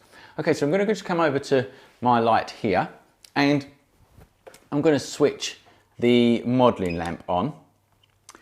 And the first shot that we're going to go for is a really harsh, contrasty shot where we've got most of the light coming in to one side of the face and the other side of the face is going to be really dark. So we need to take an exposure reading first, and that is where your light meter comes in. So firstly, you get your model in the position you want them to be in and your light, and the modeling light is for that. So your modeling light will show you where the light's going to be hitting the model. And then you need to take a reading, a light meter reading with your meter. And that's what we're going to do now. We're going to need to turn the filming lights off so that we can just concentrate now on our shooting lights. So we're going to turn these off and I'm going to get the model all into place. So now you can see a lot clearer, now we've turned the filming lights off, how the modeling light works on a model. You can see that it's going to be really harsh and sharp on this side and dark around this side here. Now here's a little tip. Once you've got your light set up and you've got your model in a position that you want them to be in, put a little bit of masking tape onto the floor where you want them to stand, because then they can always go back to that same spot and your exposure's not going to change. Okay, so I'm just going to show you how I've set the light up for now. So let's go over to the light. Okay, I've set the light to half power, half of its power, and I've got my remote trigger here. The receiver is plugged into the back of the light like we looked at earlier on. And now I'm going to take a meter reading, and this is how you do that. Now, different light meters will work differently, but the basics are the same. Firstly, you need to set your light meter to the settings of your camera. And in our case, it's ISO 100 with a shutter speed of 1/125th of a second. So you need to make sure that you have put that setting into your light meter. Then, different light meters, like I say, they're going to work differently, but they have different modes, and the mode that we are going to use is flash mode, obviously because we're using flash. And there's two different types of flash modes: flash with a cord, flash with a sync cord, or flash without a sync cord. And we are going to use flash without a sync cord because we're going to use the remote trigger. So once you've set your light meter to the settings of your camera, quite simply you hold down the test fire button, and again it's going to be on different places for different light meters, but you hold down the test fire button and you hold it towards the camera, and that's really, really important. Hold your light meter towards the camera, not towards the light, and do not obscure the light as you're taking a reading. So I'm now going to come around to this side, so I'm nowhere near the light, I'm not in front of it, and I'm going to hold down my test fire button, hold it as close to your model as possible towards the camera, and I'm going to press the remote trigger, and it's going to give me a reading. And the reading it's telling me is 5.6, f5.6. So as you know, in the past, we've set the ISO to 100, we've set the shutter speed to 1/125th of a second, and your light meter is effectively just giving you the aperture that you need to put into your camera. So that would be my setting: ISO 100, 1/25th of a second at f5.6. Now, in a contrasty situation like this, that can go a stop either way and you won't know until you take the shot. But that's a really good basis, actually, what your light meter is telling you right there. So now I'm going to set the camera to them settings: 125th of a second, f5.6, ISO 100. I have got a 50mm lens on here, 50mm prime lens. This is a full frame camera. So that is, if you remember from what we was talking about in a previous lesson, that is an as your eye sees look. So it's quite a good look for a studio, and particularly for a learning video in a studio. So all that's left to do now is for me to take the shot. So I'm going to get in position, and Rosie's all nice and ready, and I'm just going to frame it up quite nicely, so all I've got is the head and shoulders in shot, and then quite simply take the shot. And that's that.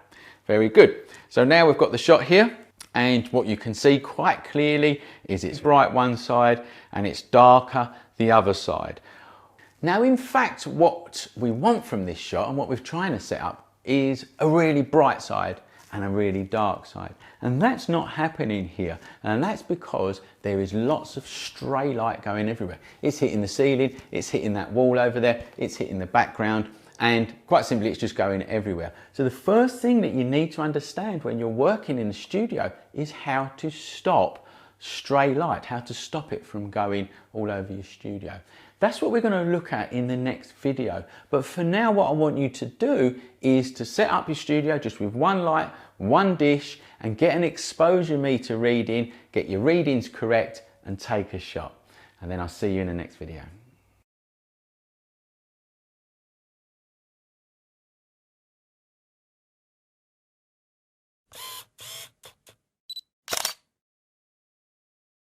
Okay, so hopefully you have got a base exposure that you've taken with your light meter, and you've got a setup looking roughly like what we've got here, where you've got strong light coming in from one side and a dark section round here. Now, there is stray light going everywhere, and there are ways to stop that from happening. And the first one is to use your barn doors. So we're going to come over to the light over here, and just grab me barn doors.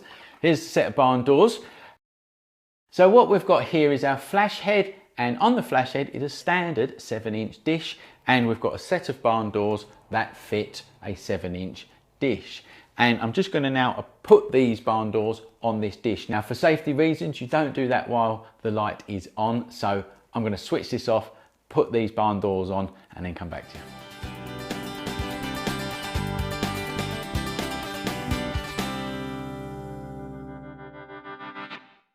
So using the barn doors are really easy. All you do is you close the doors and it blocks light from wherever it's hitting. So as you can see now, the light is hitting that background, and that's a really bad thing, as a matter of fact, because you're never going to get that jet black background that you want in this scenario. So quite simply, you just turn your barn doors until you see that the light is no longer hitting that background. And then you do the same for the ceiling. You move the barn doors down for the ceiling. You'll do it for the floor, and you'll do it for the walls as much as possible as well. And that actually will stop the light going onto your lens and causing lens flare. So barn doors is good for reducing lens flare as well. And of course, you're going to need to use a lens hood just to make sure. But now what you can see is I have concentrated the light onto the model to exactly where I want it to go. So the other way that you can stop stray light coming into your shot is by using a black reflector, if you like. It's not going to reflect light in, it's going to stop the light from reflecting back in. So if we come over to the model here, actually what we've got is the strong light's coming in from this side, and I've got a white wall over here, and it's actually hitting that white wall and coming back into shot. So what I need here is a black reflector. Now, there's lots of different ways you can do it. The easiest one for you guys is probably to buy yourself one of these. Now, this is called a 5-in-1 reflector. They're very cheap. It's on your equipment list, don't forget. And it's called a 5-in-1 reflector is because it's got 5 different effects that it can do. One of them is black. So I can hold up black here and it will stop light from reflecting back into the face. Now you can also use a polyboard, and that's what I use, and they're really handy to have. You can get them from any DIY store, and you can paint one side black and one side white. So I'm going to go and grab one of them for you, because when you're working on your own in a studio, it's nice to be able to plonk things in place so that no one has to hold them. So let's grab that for you.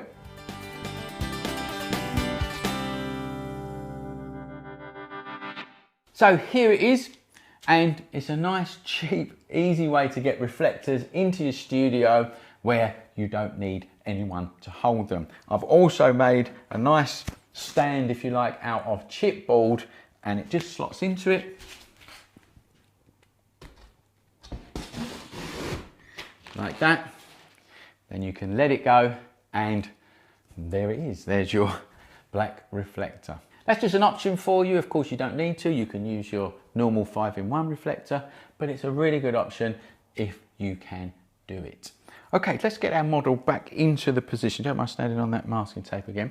And now what we've got is the light is totally concentrated onto exactly where I want it to be, which is just this side of the face. Now the exposure readings should be the same because we took a base exposure with our meter earlier on, and what we'll do is we'll take a shot and we'll test it. It might be, because we're in a contrasty situation, that we need to adjust it by a stop either way, and that's pretty much how you work in the studio when you're in a situation like that, in the contrasty situation. You take a base reading, you take some shots, you control the light, and you adjust if you need to. So my exposure readings are the same, and now I'm just going to take another shot. Try and frame it up the same as before, and lovely.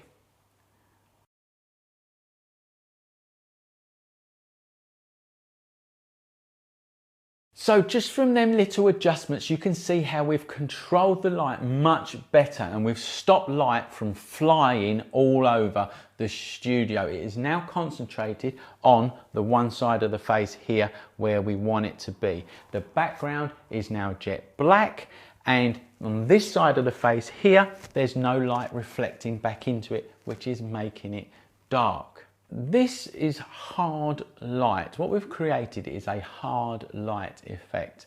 Now, hard light comes direct from the source. So in this case, it's coming direct from our flash head and it's hitting the model. That is how you create hard light. And we're going to look at how to create different types of light as we go through the course. But that's the first one, that's hard light. And sometimes people call it a low key effect. And that is when you get dark, contrasty pictures, just like what we've took here. Now, actually, I'm looking at the side of this face here and I'm thinking that it could be a little bit too bright. And like I said before, once you've took your reading, have a look and maybe adjust it. So I'm going to change the aperture from 5.6 to f8, which is 1 stop darker. So the whole scene's going to go darker, well, in particular, this side of the face. So let's give that a go. Let's just change the aperture now to f8 and take another shot. Here we go. You ready, Rosie?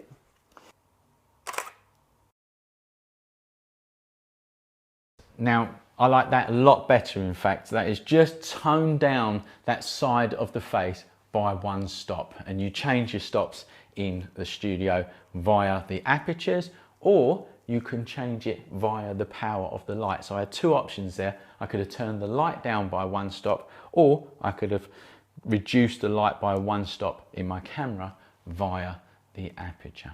Okay, now I want you to give that a go yourself. Control the stray light in your studio, and if you need to, change the exposure of your shot to make the side of the face darker if you need to do that.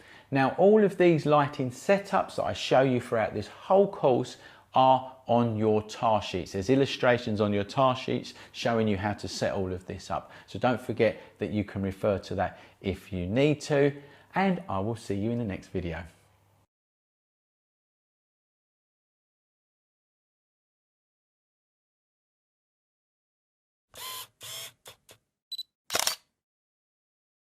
Okay, so I hope you've managed to control all the stray light in your studio. Now what we're going to look at is how to reflect light back into our shot.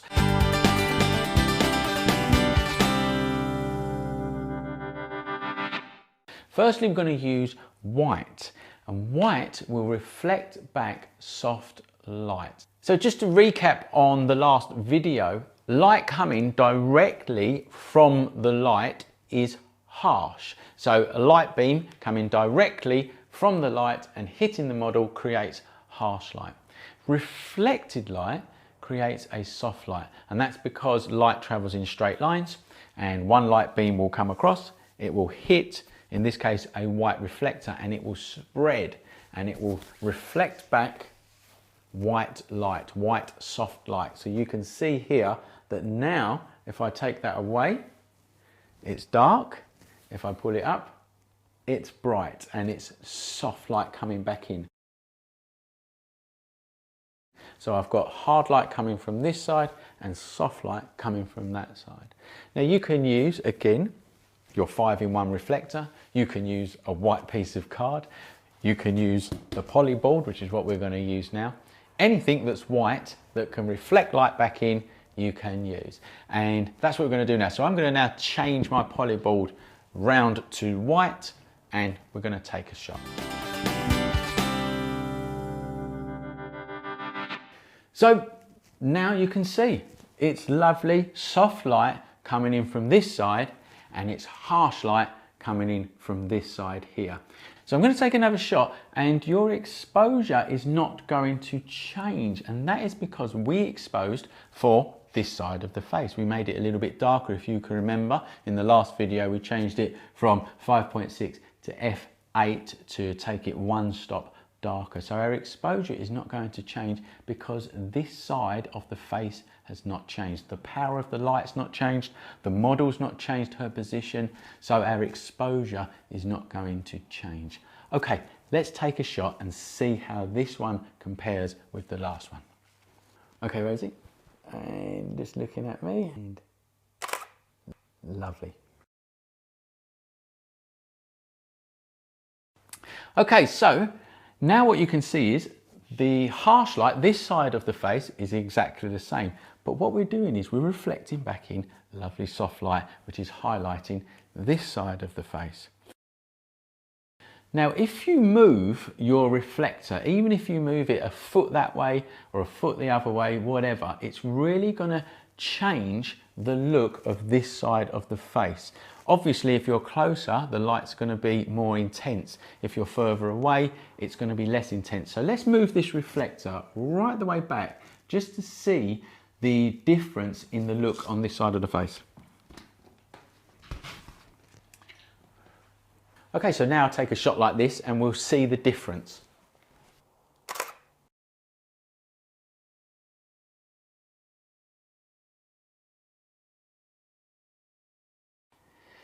So now you can see that the reflection coming in from this side is a lot less intense than when it was closer. It sounds obvious, but you really need to know that them slight differences in your reflector movement or your light movement or even your model movement is really going to make a dramatic effect on the picture. We're going to take one more, but this time I'm going to come really close and I'm going to put the reflector at more of an angle to bounce the light back into the front more. Okay, let's do that.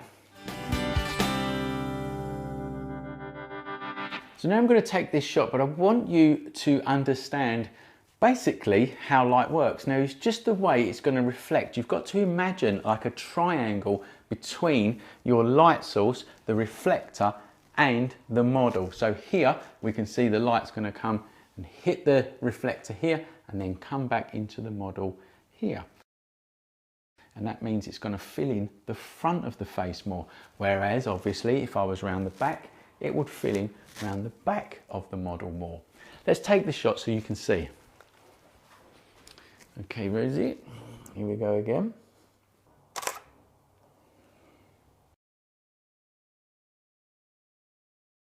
And now what you can see with that shot is that the reflected light coming off of the white reflector here is much more intense on this side of the face because it's closer and move around to the front. It really is as simple as that. So just by moving that reflector in 3 different places, I've got 3 different looks.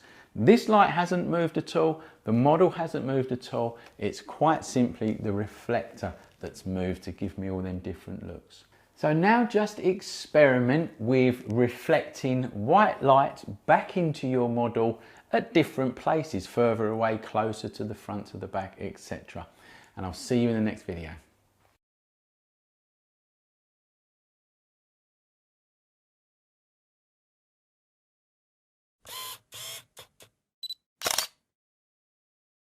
Okay, so we are going to continue now with reflected light, but this time we're going to use gold reflected light. So to start us off, firstly I need to remove all other reflected light so that we can just concentrate on the gold, which I'll show you in a second.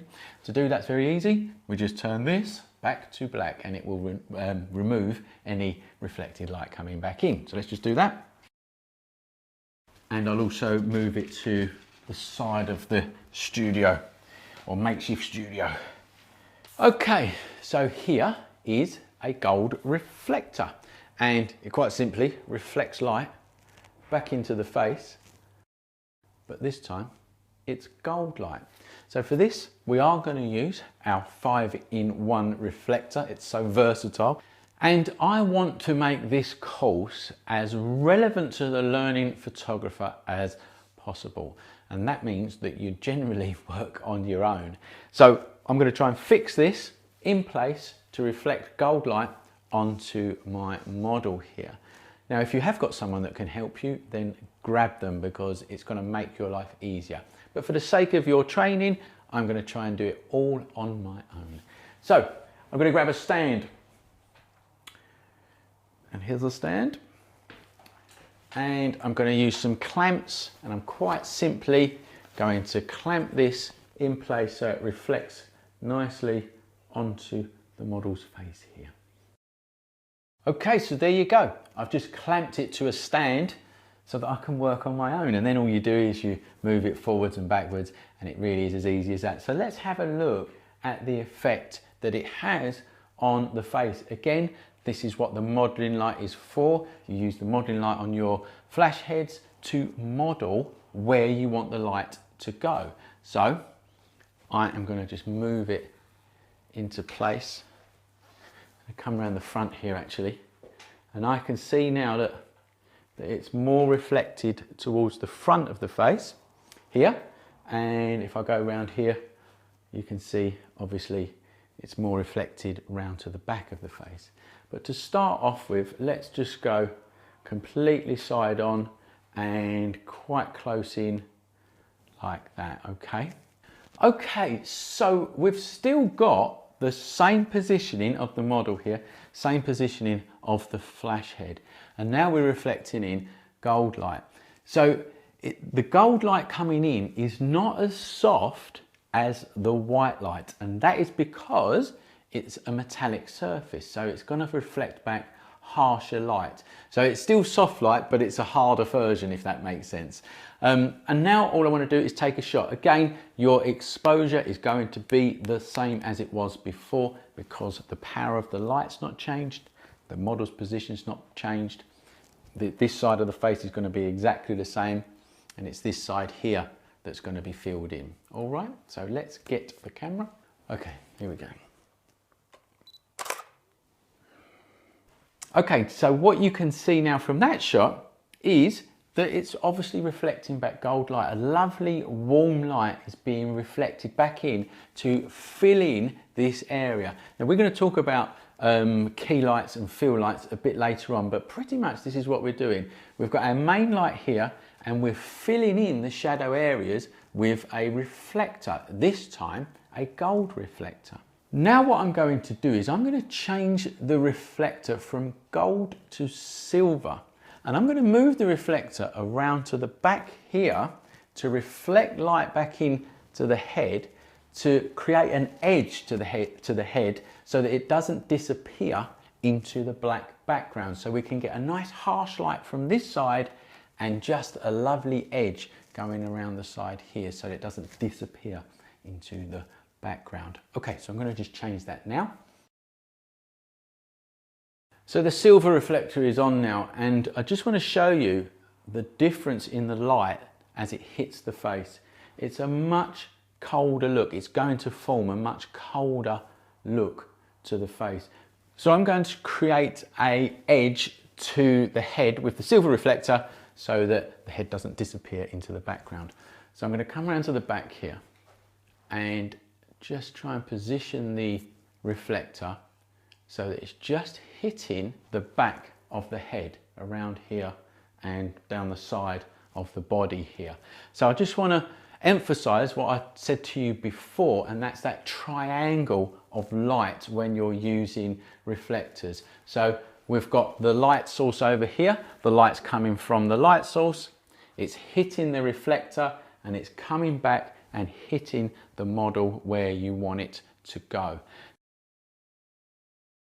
Now, this is what happens when you work on your own in the studio, because I've actually got to position this and run round to the front of the model to see if I've got it in the right place. I mean, that looks, from behind here, that looks about right.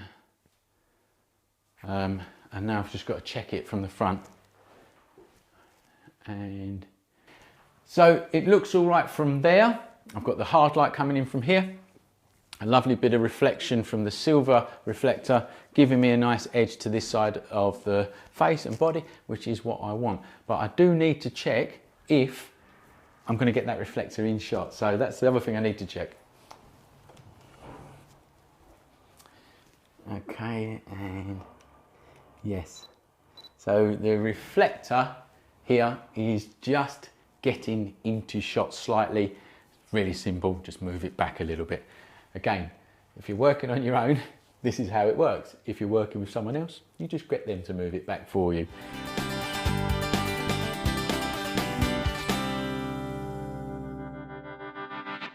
Okay, everything looks fine to me now.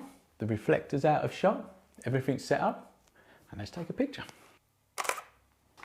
Brilliant.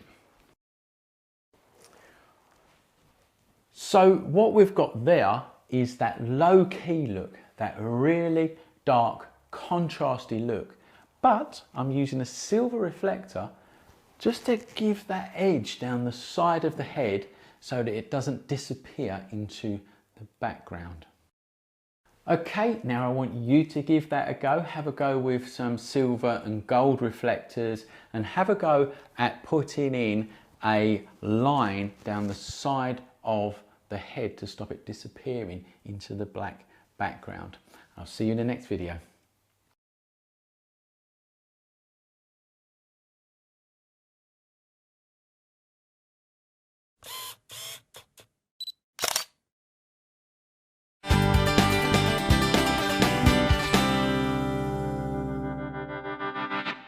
So far, all we've used is one light and lots of different ways to reflect that light back into your shot. And you can see how many different effects you can get already just with one light and some simple reflectors. And we are going to continue this theme of using one light because it's really, really important to get control over just one of them. Because if you do that, then you can do it to 3, 4, whatever. But we're going to move the light now and we're going to do a different setup. We're going to create rim lighting, and that is where we're going to light from the back of the model to create a glow around the edge of the model. So first, we're going to move this light around to the back of the model. We're going to move that reflector out of the way and get the studio ready for the shot.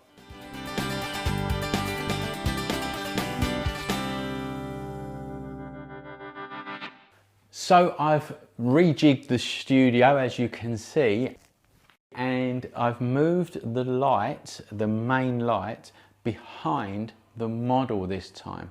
And what you have to do for this kind of shot is hide the light behind the model. So figure out where you're going to stand and take the shot and make sure that the light is hidden.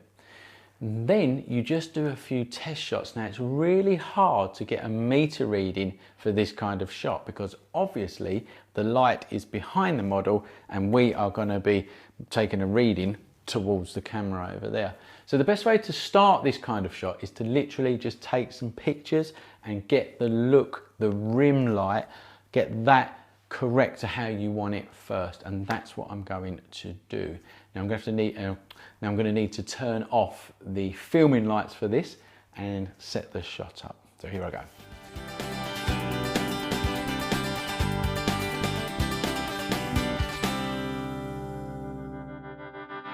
So I've set the light up where I want it to be, and I took a couple of test shots. I took one at f5.6 and I took one at f8.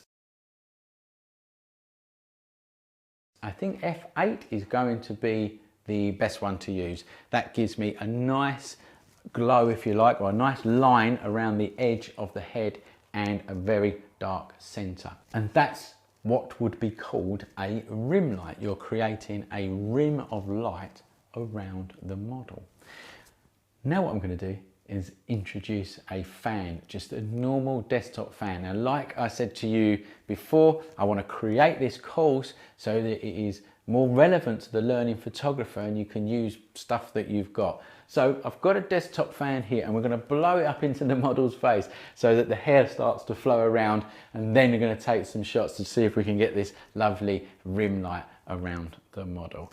Okay, so let's just do that.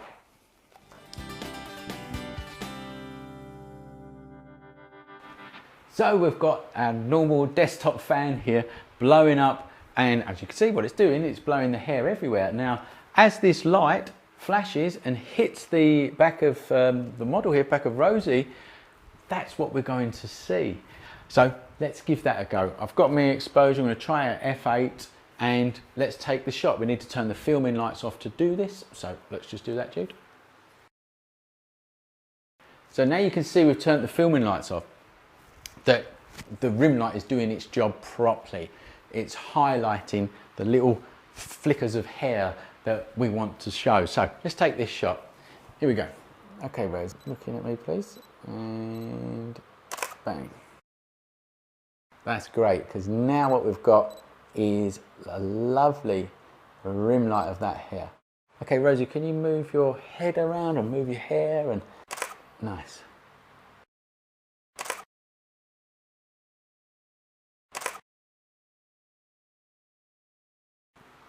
So now what we've got is a nice blowing of hair and a nice rim light, and it's exposed how I want it to be exposed. What I'm going to do now is I'm going to add some reflectors in the front here to fill the front of the face, to fill the face. So we've got the light coming back from the front, giving a highlight. It's going to reflect off of white reflectors and come back into the face to give a lovely soft light onto the front of the face. So let's get these reflectors set up.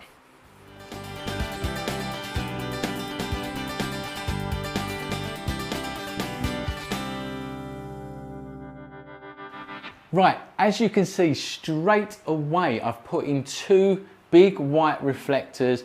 They're right close in, and you can see that it's giving a lovely soft light now to the front of the face. So I'm going to get this harsh light around the hairline and the soft light filling in the front of the face. Let's give that a go and see how it looks. All right, Rosie, good stuff. Looking at me. There you go. Perfect. Good, and then look at that's it. Very nice. So I've just got a few different shots there from a few different angles, the model looking over there, and etc. And it's really, really working well. Now what I'm going to do is on purpose get this light viewable. So I'm going to get the model to move out of the way so I can see the light coming through to the lens. Now it will create lens flare, but sometimes that gives you a really good look. And if you haven't guessed it, this is a real typical 80s look or a retro look. So let's give that a go.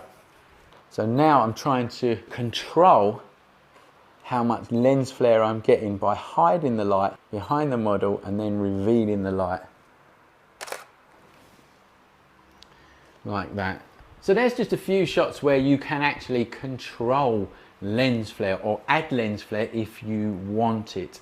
We're just going to have a little play around now. I'm just going to remove one of the reflectors. I'm going to swap one of the reflectors for gold and just show you a few different looks from this setup now. Okay, so firstly, let's just remove one of the reflectors and just have one coming in from one side. All right.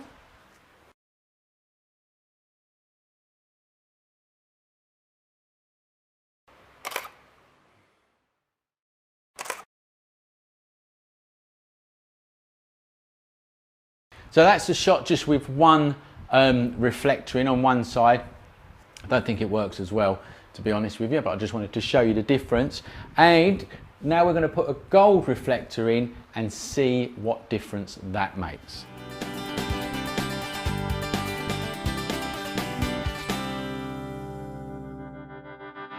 Very nice. Now that's a lovely look. Very, very nice.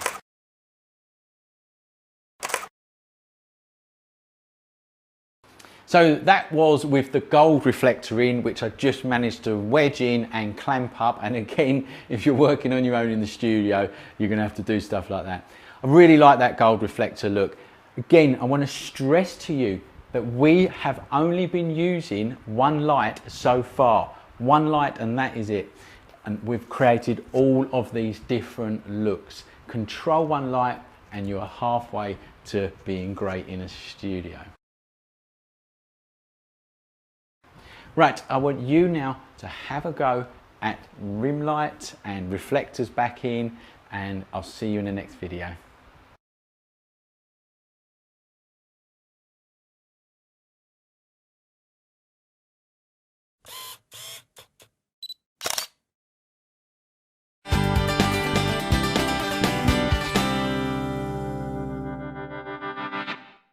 Okay, so I hope you had fun doing that task. It really, really does help controlling light, which of course is what this is all about.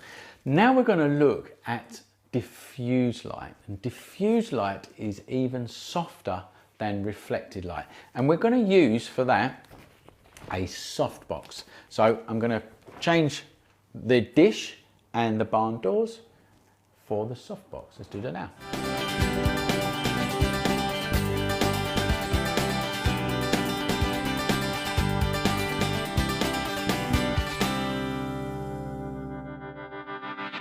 So let's talk about a softbox and what it actually is. It creates diffuse light because light travels through diffusers. So light softens when it reflects off of surfaces like we've spoke about, but it also softens as it travels through stuff. And an easy way to explain that is just imagine a sunny day and the light's going to come straight from the sun and hit the face. That's hard light. If the sun hits a white wall and reflects back, that's going to be soft light.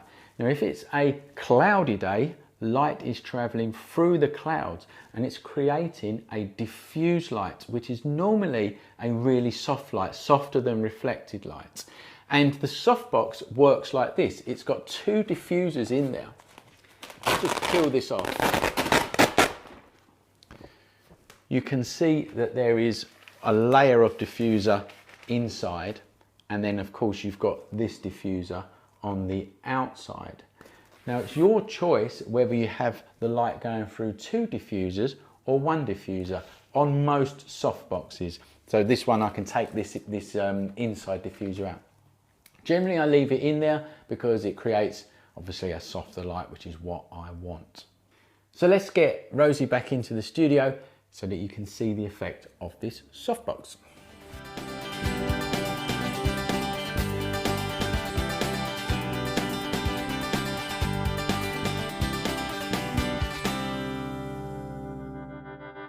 So here's the look of the softbox, and as you can see, it really is a soft look. It's a diffused look. It's almost like you can get a blanket of light and lay it over the skin of your model. It's a lovely look.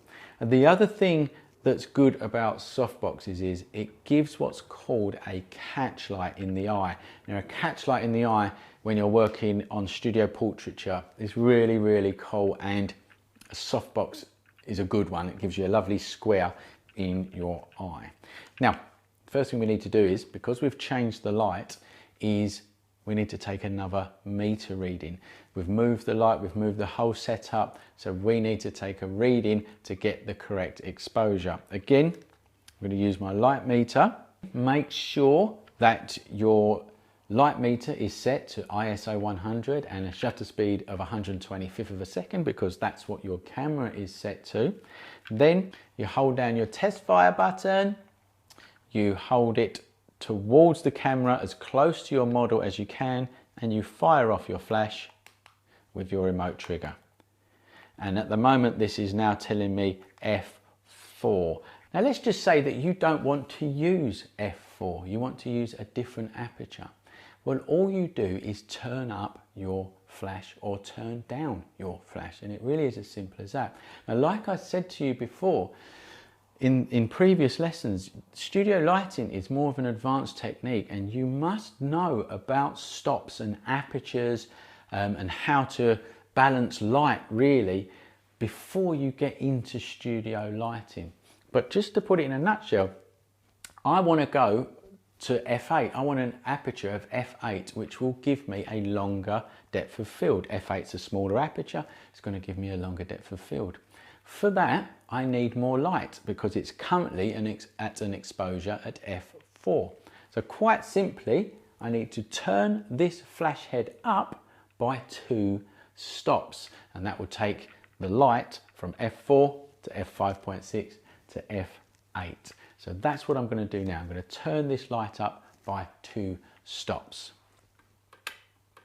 Okay, now let's just do another test just to make sure. And there we go. Now that is a perfect exposure at f8. Now let's take the shot. Okay, Rosie. Oh, I have to kneel down for this one. Now what I want you to do is just look towards the door, please, and just relax. Okay, and head towards me, that's it, and then look towards the light. Okay, good. And there you go, that's a really lovely soft light. It's diffused light layering over the face, and we've got a really nice catch light giving a twinkle to the eye, and it just makes for a lovely portrait. Okay, now I'm just going to add a white reflector over this side here just to fill this side of the face so it's not so dark down that one side, just to show you the difference between the two. So let's get a white reflector and put that in.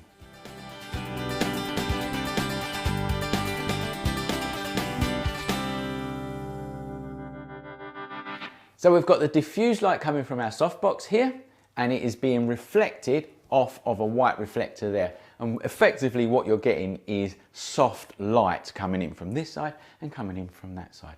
So let's take a shot again and see how it looks. Again, the exposure is not going to change because our main light hasn't changed, the power has not changed, the positioning of our model's not changed. All we've done is add a reflector. So let's take a shot. And again, looking towards the door. Okay, very good.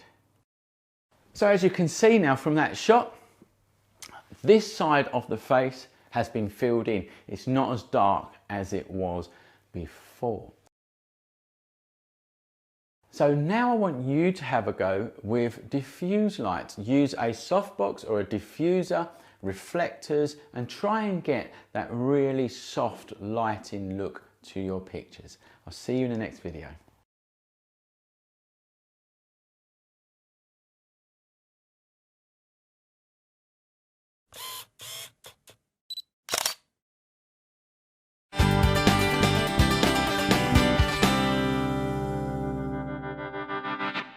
So far we have only used one light and we've created all of these effects like I said before. So our main light, which is obviously this one here, or when we was doing other lighting setups, it was the one with the barn doors on, etc.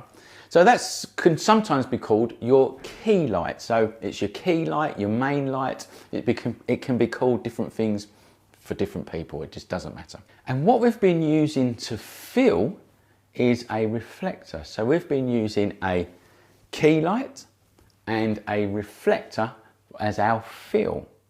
But you can use other lights. You don't have to use a reflector.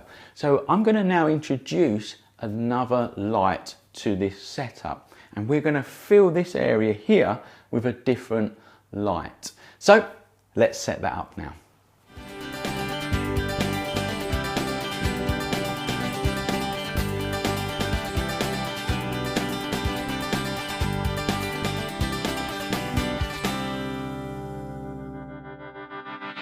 So now I've got my main light here, the softbox, the diffuser. That's giving me soft light coming in at the front. And now I've put in another light as the fill light.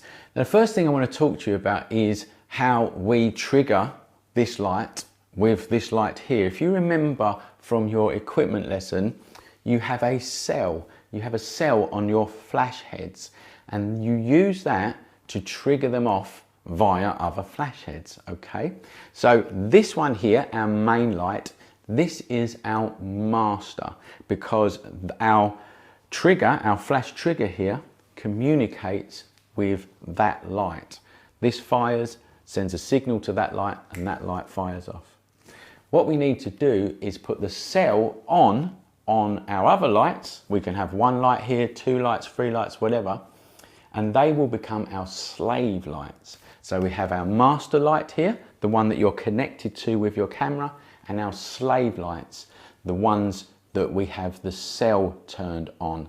So I'm going to come over to this light over here and show you about the cell in more detail. We're going to switch the filming lights on as well so that you can see it, okay? So let's come over to here. So what you've got on most flash heads is a cell and it looks like this here. And what happens is when your main flash goes off, the one that you're connected to goes off, the cell detects that. It detects flashes going off and it fires itself. So you can have your master flash, which is the one you're connected to, and you can have as many slaves as you want, as long as, and this is really important, as long as the cell can see that flashing. Okay, so on this flash head, the switch for the cell is round the back here and it quite simply says cell. And I've also got the option on this flash for it to beep when it goes off. So sometimes you have that option on flash heads and it beeps to tell you that your slave flashes have gone off. It can be very annoying, but I'm going to show you now. So let's turn the beep on and let me just get my flash trigger here. Now if I fire off this flash, which is going to set off the softbox over there, the cell has detected that flash go off and fired off this flash here. And I can tell that because the beep's gone off. Now I'm going to turn that beep off because it's very annoying in the studio, but it does come in handy when you've got a few flash heads going off at once and you want to make sure that they've all gone off. So I'm going to just switch the beep off for now. Another way to test it is this light here on this particular flash head, that will flash when it's gone off. Just like that. And what that's telling you is that the flash has gone off and it's charging up ready for another flash. And the other thing that that beep actually does is it lets you know that the flashes are ready to fire again, because if you're shooting very quickly, sometimes the flashes don't charge up quick enough. So I'll turn the beep on again and show you. So that's ready for the next shot. That's ready for the next shot. So it's actually telling you that it's fired and it's ready for the next shot. Okay, let's turn the filming lights off now and go back, and I want to talk to you about how you balance the exposure of these two lights within your shot. So now I've got a fill light. Here's my key light and here is my fill light. And you can see quite clearly that the face is being lit this side here with the diffuse light, with the softbox, and over here it's harsh light because it's coming directly from the source. It's not reflecting off of anything or going through anything, so it's harsh light. Now you can then balance the power between both lights to get the effect that you want. Now commonly your key light, your main light, is going to be the brightest. So we know that the exposure for this light here is currently f8. And what we want to do is get this light at a lower exposure if we can. So what we need to do is a few tests using our meter to see the balance between them two lights. So firstly, I'm just going to do a standard lighting test like I've shown you loads before, and hold down my test fire button, fire off my flash with the remote trigger, and it's coming up at f8 and half a stop. So on some of these meters you have a dial in the middle, and that's giving you a gauge between one stop and the next. So this is saying f8 and halfway to the next stop, which would be f16. Now what you can do with these light meters is actually you can measure the light around the face or around anything that you're shooting. So if I now point it towards this light here and press the trigger, that's giving me 8.5. If I hold it around here, f8.5, sorry. If I hold it around to the softbox, that's giving me 8. So what that actually means is that this light here is half a stop brighter than this light here.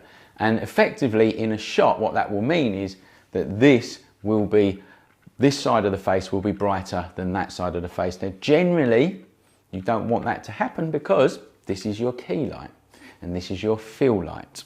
Your fill light is generally less power, like I said. Now I'm just going to take a quick shot so that you can actually see how it looks, okay? Very nice. All right, lovely.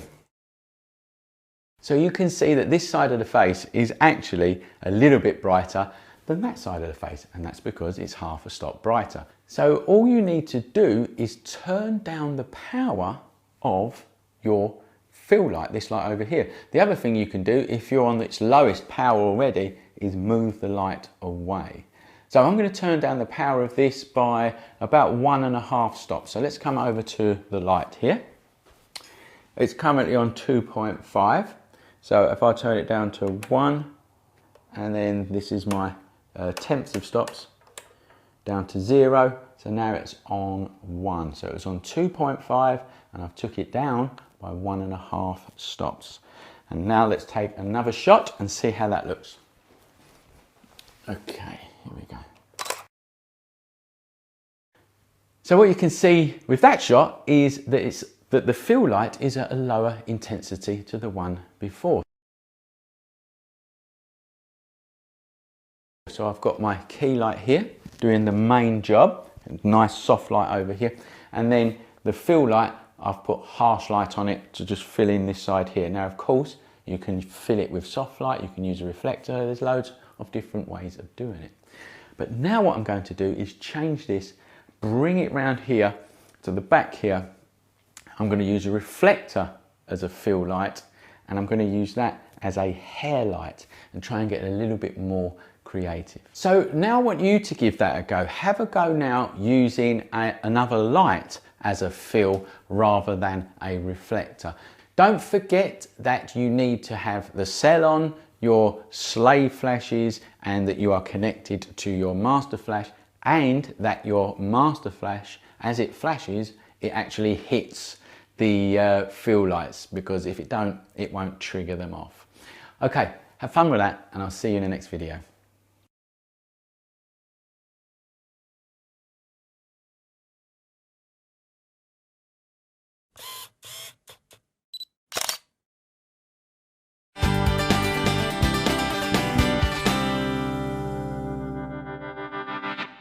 So now what I've got is my main light, as you know, on the softbox, giving me diffuse light.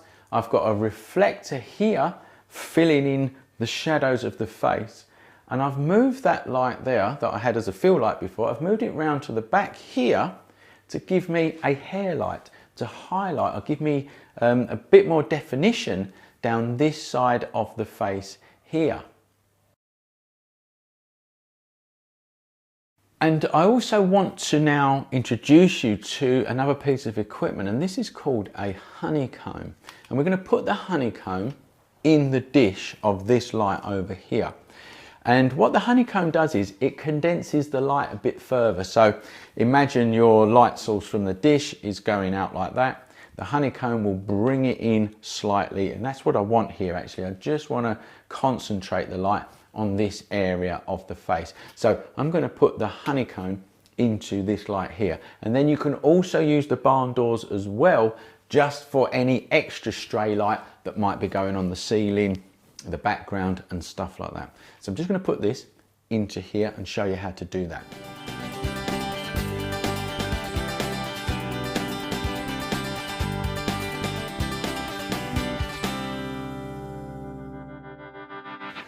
Right, so now I'm set up for the shot. I need to now take a reading. We already know what this is here. This is f8, but it's this one here, the hair light here. We can turn that power up or down depending on the effect that we want. So firstly, let's just double check that everything's okay in this vicinity, the normal towards camera. And yes, that's it. That's looking lovely how it was. Now I'm going to test the power of the backlight there to see how it compares. So here we go. Right, now that's telling me f4.5 if you like. So it's in between f4 and f5.6. So this is at f8, the key light is at f8, and this is roughly a stop and a half lower in power. Let's take that shot and see how it looks, and then increase the power of this shot to see the difference. Let's just take the shot. I see, looking at me please, and lovely. Okay, so now what you can see is I've got a lovely soft lighting from the diffuse light from the softbox and the feel of the reflector. And now I've also got quite a hard light coming around the side of the face and the hair here. So let's increase this light by one stop and then take a shot, and then another stop and take a shot, just so that you can see the difference between the different shots. So I'm going to come over to my light, turn it up by one stop, and take some more pictures. All right, here we go. Thanks, Susie. And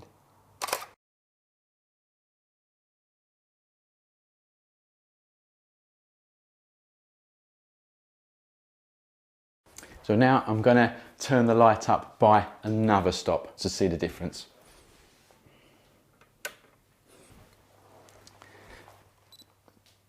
Very nice.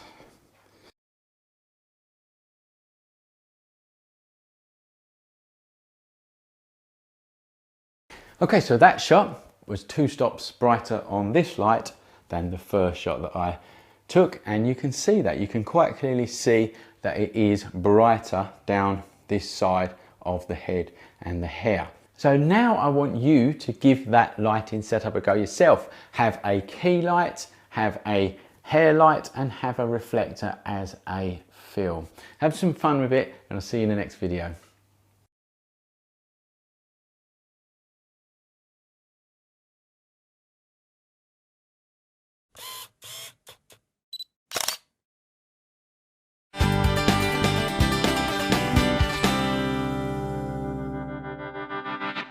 Okay, I hope you had a lot of fun playing around with that lighting setup. Now we are going to look at creating a really soft, diffused look and getting some really cool catch lights in the eyes.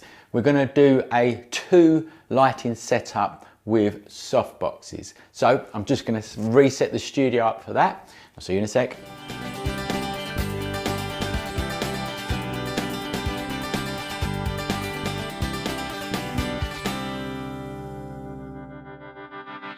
So here's the look of that setup.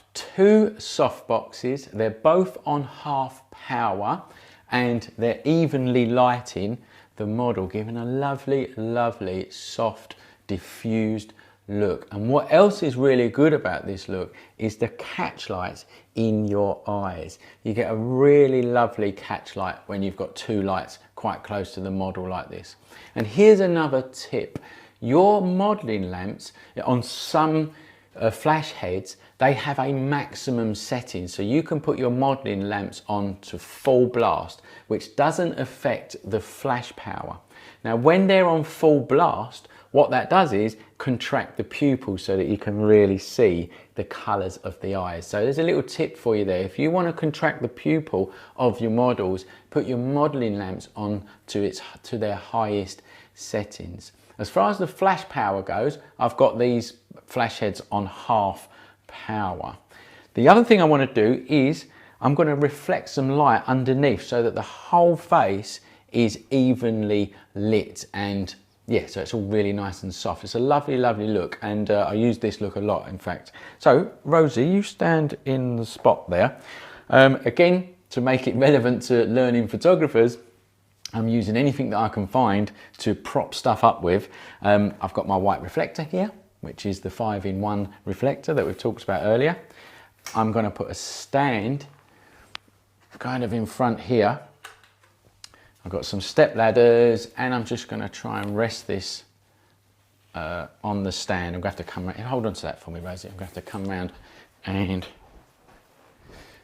sort this out this side. Here we go. That's it.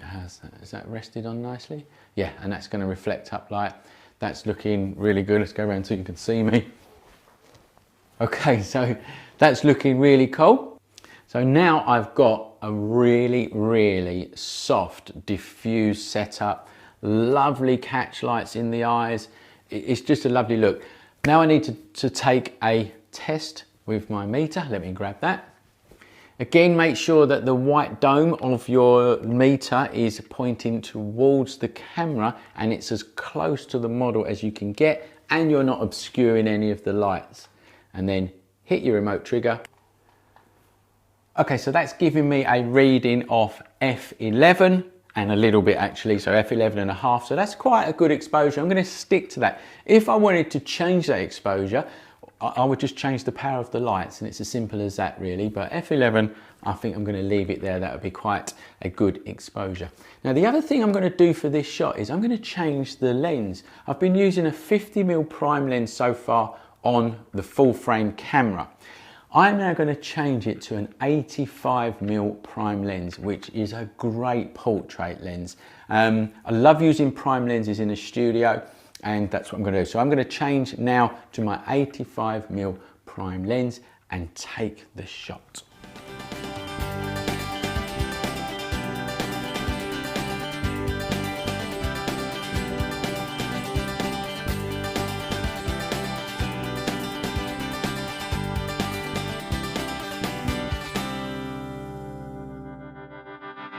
So there we go, we've got some really, really lovely shots there. Even lighting, very flattering on a face, and coupled with the 85mm focal length, really suits portraiture, really suits that head and shoulders kind of look. Don't forget, in previous lessons we've looked at focal lengths and their equivalent look on different cameras. All right, so you refer back to that if you need to.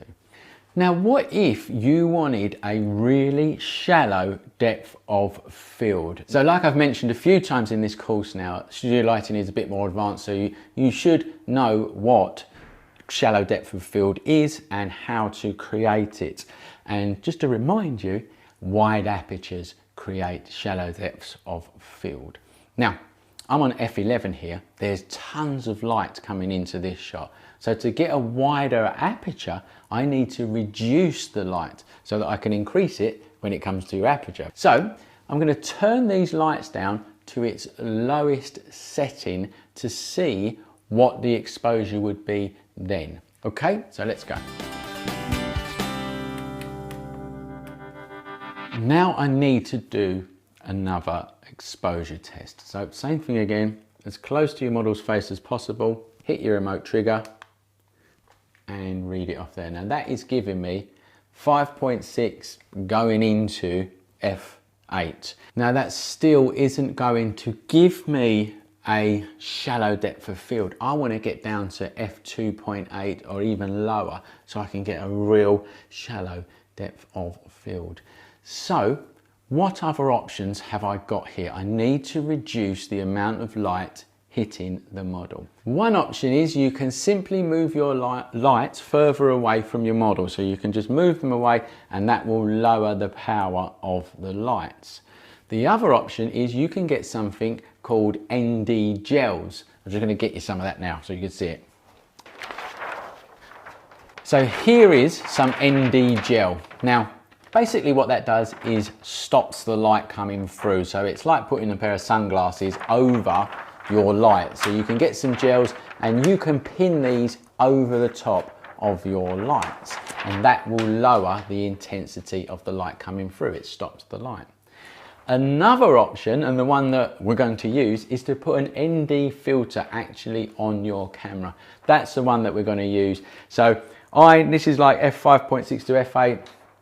So I'm going to need to reduce it. Let's just say it's f8. I'm going to need to reduce it f5.6, f4, f2.8. I'm going to need to put at least a free-stop ND filter onto my lens so that I can get a really shallow depth of field, bring it down to 2.8. Okay, so that's what I'm going to do now. I'm going to put an ND filter on my lens.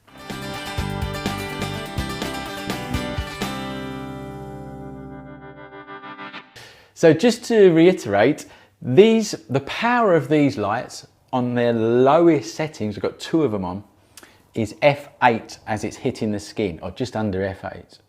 I want the aperture to be f2.8 because that's going to give me a shallow depth of field.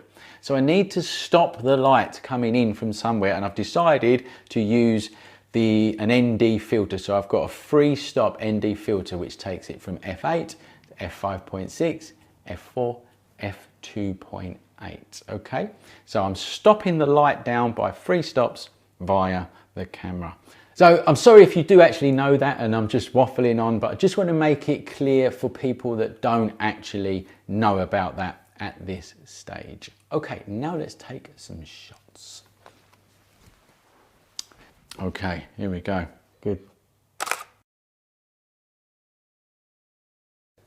So as you can see with them shots, we've got a real shallow depth of field. We can just get one eye sharp if we want to and make the other eye blurred into the background.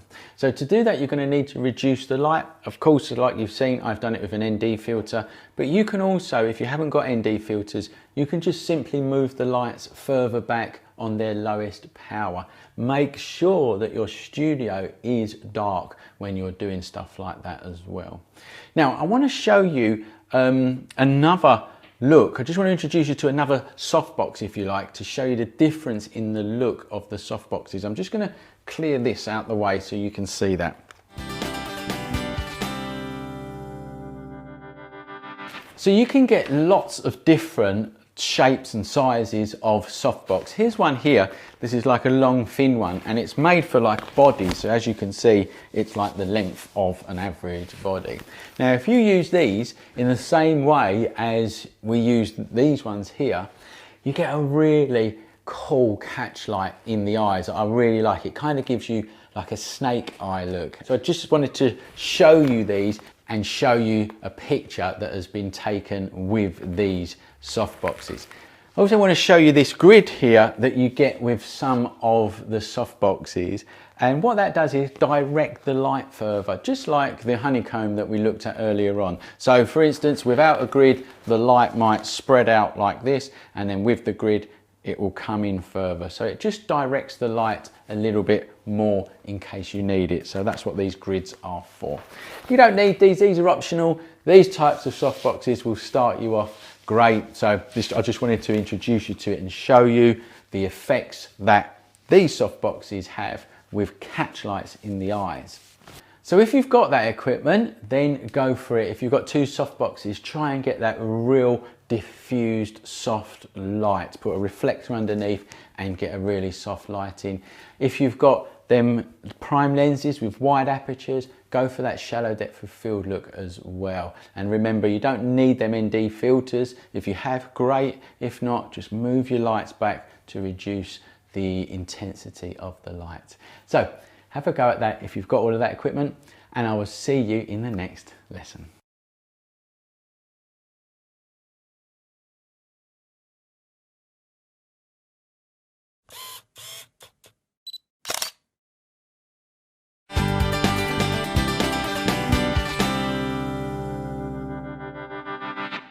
Okay, I hope you had fun with that last lighting setup. Now what we're going to do is we're going to introduce a background light. The principle for that is really simple. You just shine a light onto the background and you shape it to whatever shape that you want it to be. So I'm going to set up the studio now so that we've got a light hitting the background here. We're going to continue just using the softbox. We're going to do like this classic corporate shot, which I'll tell you about when we do it. I'm just going to use a normal 7-inch dish. I'm going to put the honeycomb in it, and I'm going to have the barn doors on it just in case I need to close the light down a little bit more. Okay, let me set the studio up.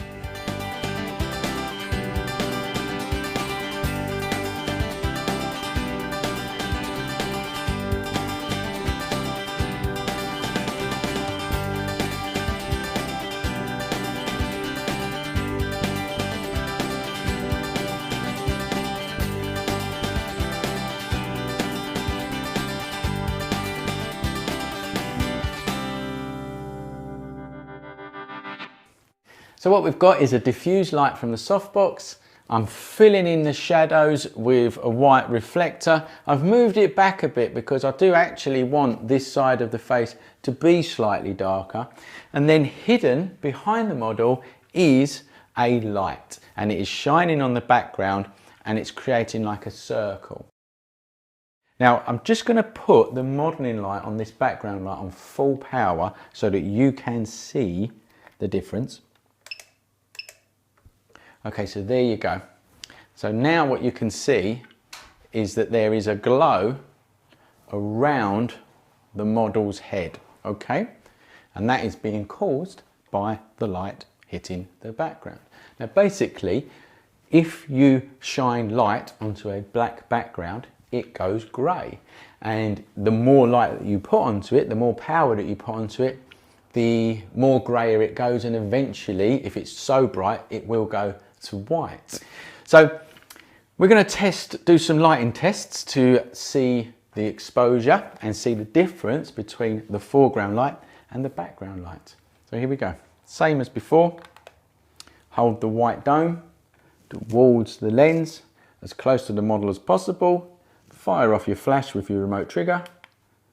And that's given me an exposure of f4.5. So that's in between f4 and f5.6. That's not bad at all, as a matter of fact. So I'm going to leave it there around about f4, and I'll check it in camera in a minute. Now let's test the background light. I've got this background light onto 1.5, so it's nearly on its lowest power. And now I'm going to just test the power of it here. Now that's coming out at f8. That background light's coming out at f8. That's in the center of that circle. So it might be a bit too bright, but we'll soon figure it out. We'll take the shot, and the idea is that it's going to be bright in the middle and it's going to graduate out to grey. Let's take the shot and see. And right, good. Okay, I think the power of the light is okay. Maybe I might turn it up a little bit actually, but at the moment what I've got is the graduation is too condensed, and I want it to glow all the way around the head, kind of like a halo if you like. So to make the light spread further, I'm just going to take out the honeycomb. Remember, I've got the honeycomb in there and that directs the light a bit more. So if I take that honeycomb out, it's going to spread the light a bit more, which is exactly what I want. So let's take that out now. Always switch your lights off when you're removing different accessories, because they get very hot when you've got your modeling lamp on. And it just makes for good practice. So here we go, switch that off.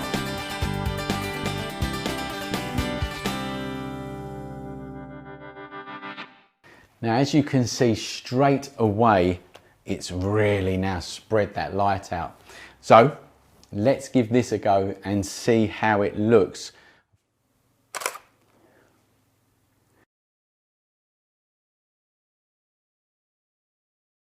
Okay, that is much better, but actually I think it's a bit too bright. So I'm going to take this background light down to its lowest power, and I think I'm going to move it back a little bit as well and bring the barn doors in just to close it down, just to make it a little bit darker. So let's do that now.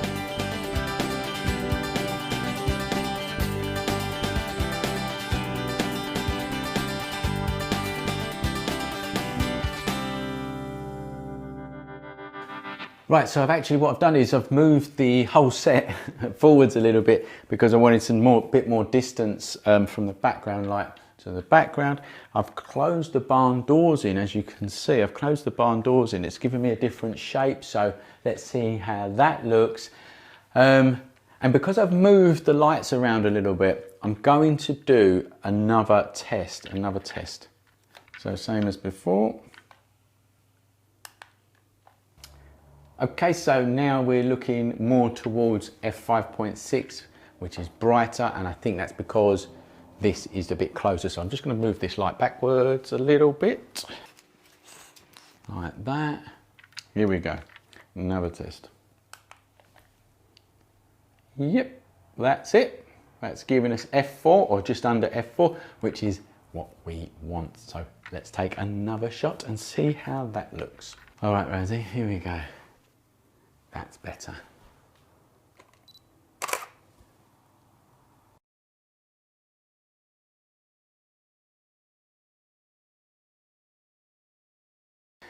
Okay, we're getting better. We've got a nice softer glow now around the head. In fact, I think I need it to be brighter, so I'm just going to turn this up by another stop and see how that looks. And basically this is how you work when you're in the studio. It's handy if you've got assistants because they can do all the running around for you, but like I said to you in the past, I'm trying to make it more relevant to the learning photographer, the person that has to do it on their own. So here we go. Let's take another shot.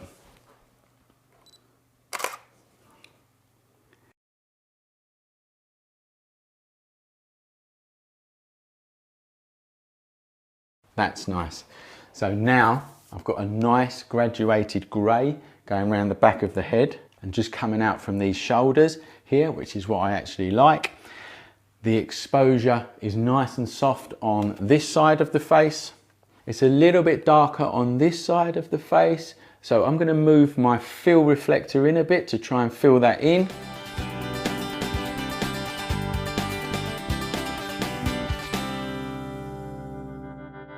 Okay, so now I've done all my tests, moving around, got the background light how I wanted it to be, and now I'm just going to take some shots. It really is as simple as that. So here we go, Rosie. So what I am doing is moving myself a little bit left and a little bit right just to get that glow exactly where I want it to be behind the model here. And that's the easiest way to do it. Just move it, look through the camera, move left and right, and get that glow where you want it to be. Okay, now I just want you to stand a little bit 3/4 on. That's it, like that. All right, here we go. Very good. And that's lovely.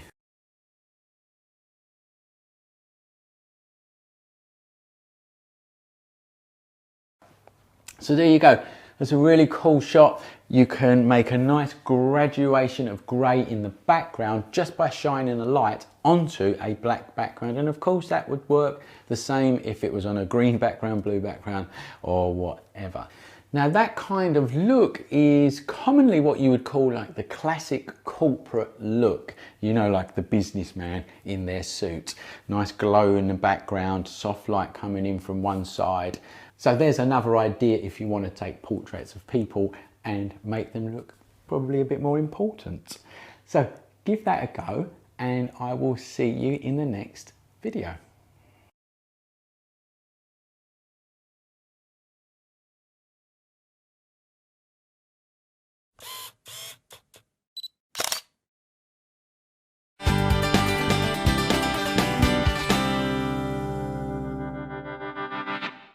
Okay, I hope you had fun doing that last setup. Now what we're going to do is we're going to change the background to white and we're going to start doing some shoots with a white background. We're going to start by getting that classic crisp white look where you've got no shadows on the background.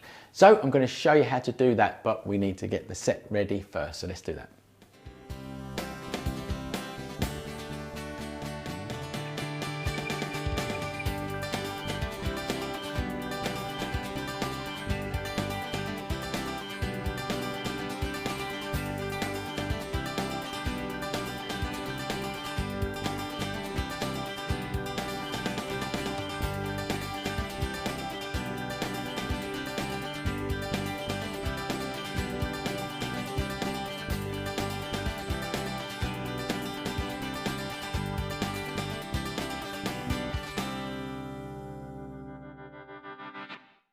So here we are with the white background and let's talk to you about the setup. Now firstly, as you can see, the background is now coming down and into the studio because we're going to do some full body shots.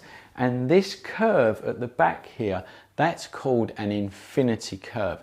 And that's what you create when you're working with paper rolls or whatever type of background that you're working with and you don't want to see an edge. It's called an infinity curve and that's what that is there.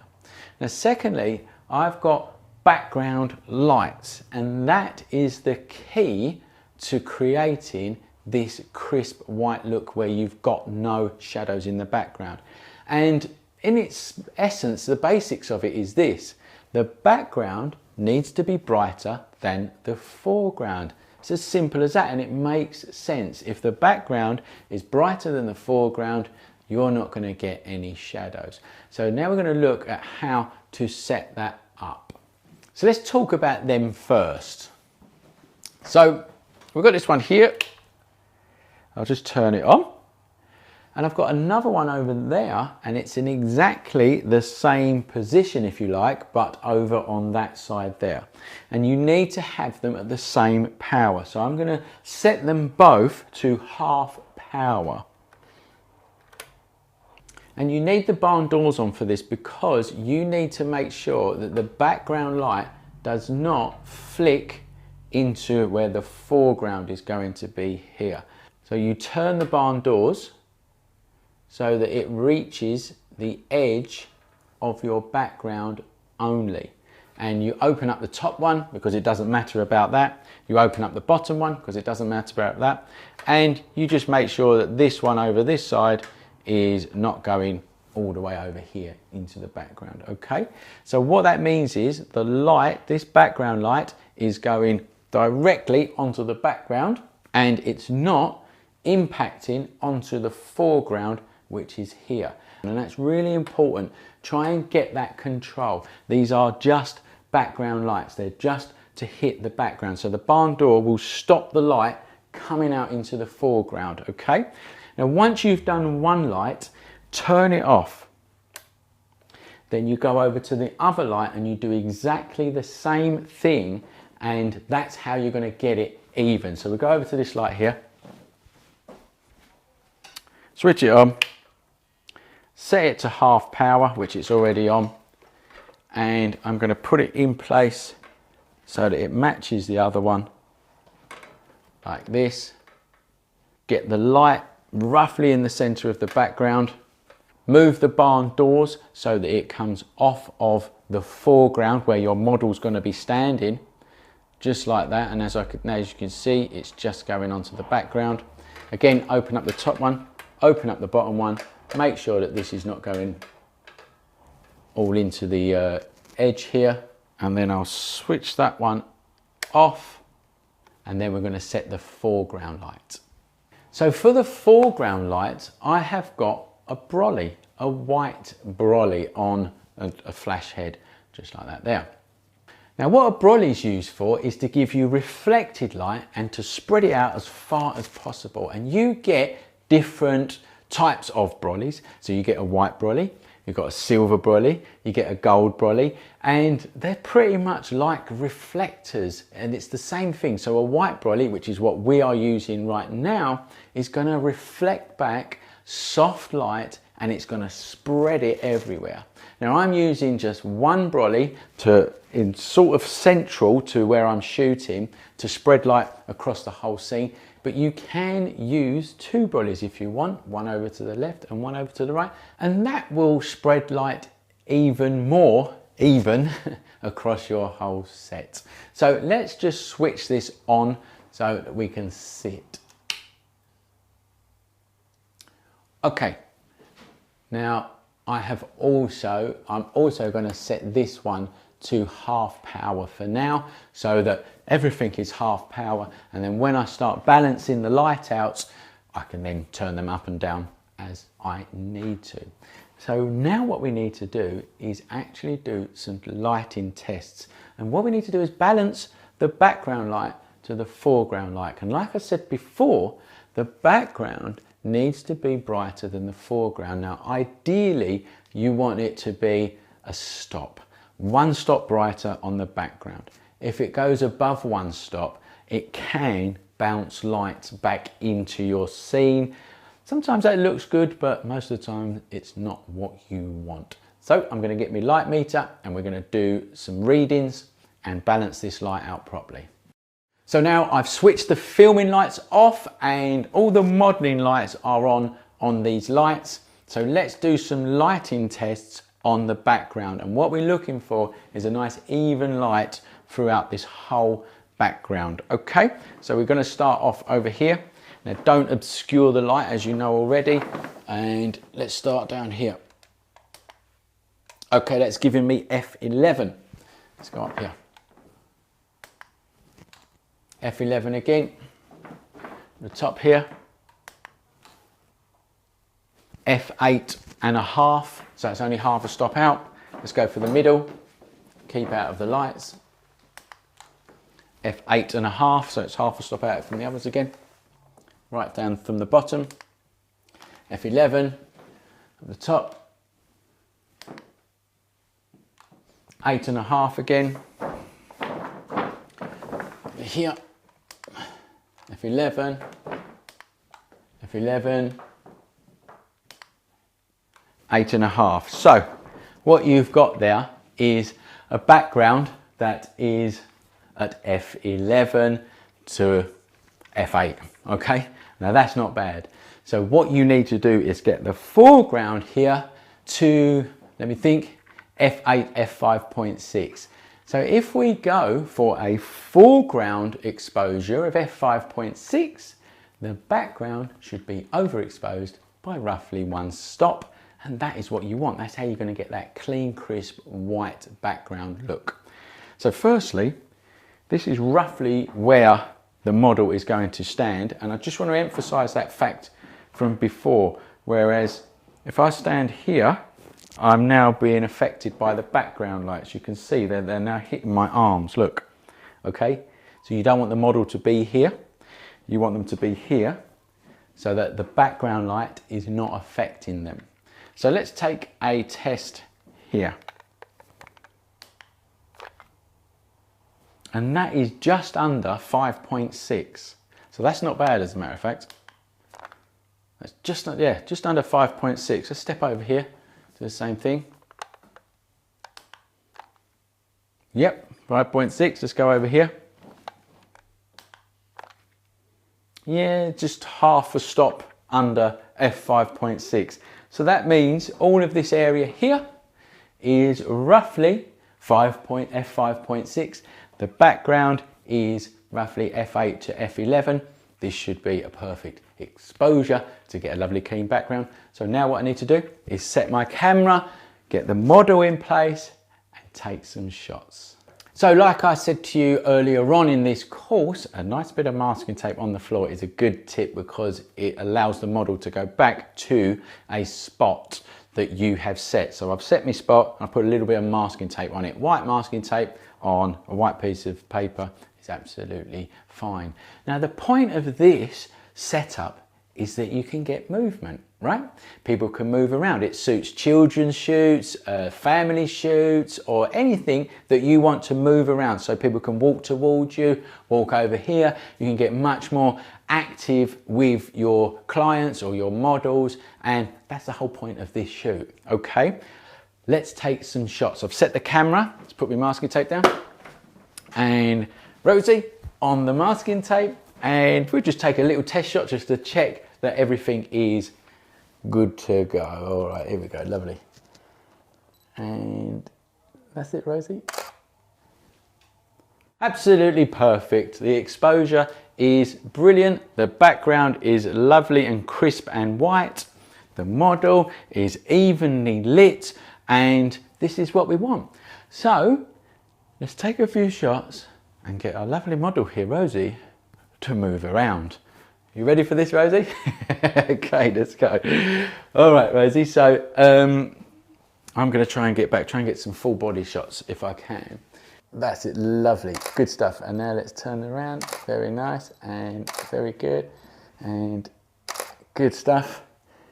And again, and good. And hand on hips. Good stuff, and I'll tell you what, I'll do some a bit more closer as well. Very good. And again, good.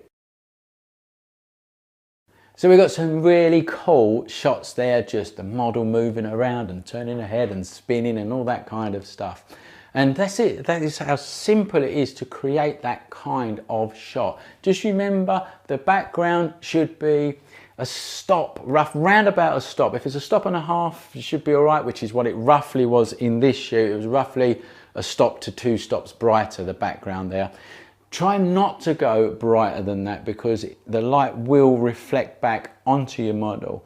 Now that can actually look quite good, but I'll let you experiment with that. And that's what you're gonna do now. I want you to now set up for a white studio. Nice even light on the background, soft light on the foreground, get someone to move around and just snap away and have some fun. And I'll see you in the next video.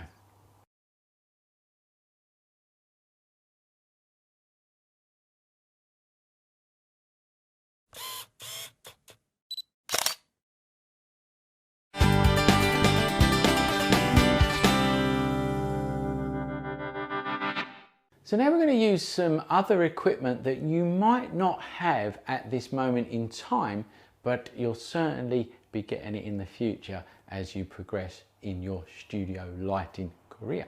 The first thing that we're going to look at is a beauty dish. So I want to first of all set the studio to how I want it, and then I'm going to talk to you about it then.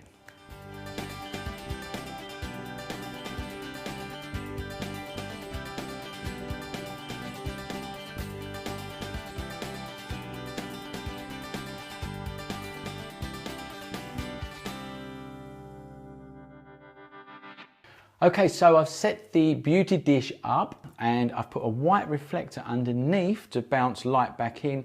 I've put black reflectors on either side, and that is to emphasize the structure of the face. If there was white there, and I will turn them in a minute and show you the difference, if there was white there, it would fill in all of the lovely contours of the face, which is not what I want. I want the contours of the face in this particular shot. So the effect of a beauty dish is that it gives you a direct soft light. So it directs soft light to where you want it to go, and it also does it in a circular way. So for a face, it creates stronger light in the center of the face and then darker light around the edge, a bit like a vignette. It's like a mixture. I try to tell people it's like a mixture of soft and hard light, but much more towards soft, if you like. So it's soft light with a little bit of hardness to it, and it really suits fashion and model type shots because it brings out the contours of the face. Okay, so now I need to take a test, a lighting test. So can you stand a little bit where in the spot there? Thank you, Rosie. Again, hold the dome towards where the camera is going to be and fire it off. All right, that's giving me an exposure of just under 5.6, f5.6. Now I've already got this light on its lowest setting, and I actually want a shallower depth of field than that. I want to use f2.8. So I'm going to put a 2-stop ND filter on my lens to enable me to go to f2.8. All right, so it's f5.6, f4, f2.8, 2 stops down, okay? And I'm going to be using my 85mm prime lens because it really suits a headshot, which is what I'm going for here. So let's grab my camera, let's take some shots and show you what it looks like.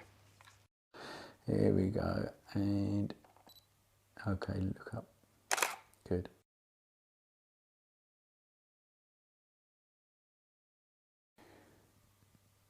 That's really nice. Can we flick the hair back now? Let's have a little bit of a, so I can see your face, the contours in your face. That's it, nice. Okay, let's have a little bit of a smile. Good, that's it. You can do a lens. The lighting on your face is absolutely stunning. Very good indeed.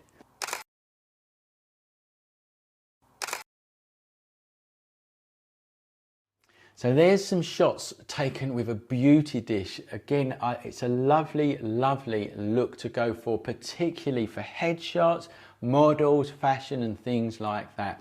You can also, if you want to, put a diffuser over the top of most beauty dishes. They come in lots of different shapes and sizes, and you're going to just experiment with whatever ones that you buy because they're all just brilliant. All right. Now, the other thing I forgot to tell you before is the background. As you can see in these shots, they are grey. The reason they are grey is because we've got a white background that is not being lit. And that's what gives you a grey background in this type of scenario. So if you want a grey background like that, just don't light it and it will go the colour of what you can see in these pictures. So I'm just going to change the setup a bit by twisting these reflectors around from black to white so that you can see the difference between white reflecting coming in and these black reflectors coming in. All right, well, effectively they're not black reflectors, they're just stopping the light from reflecting back in. Anyway, let's turn this around and then show you the difference.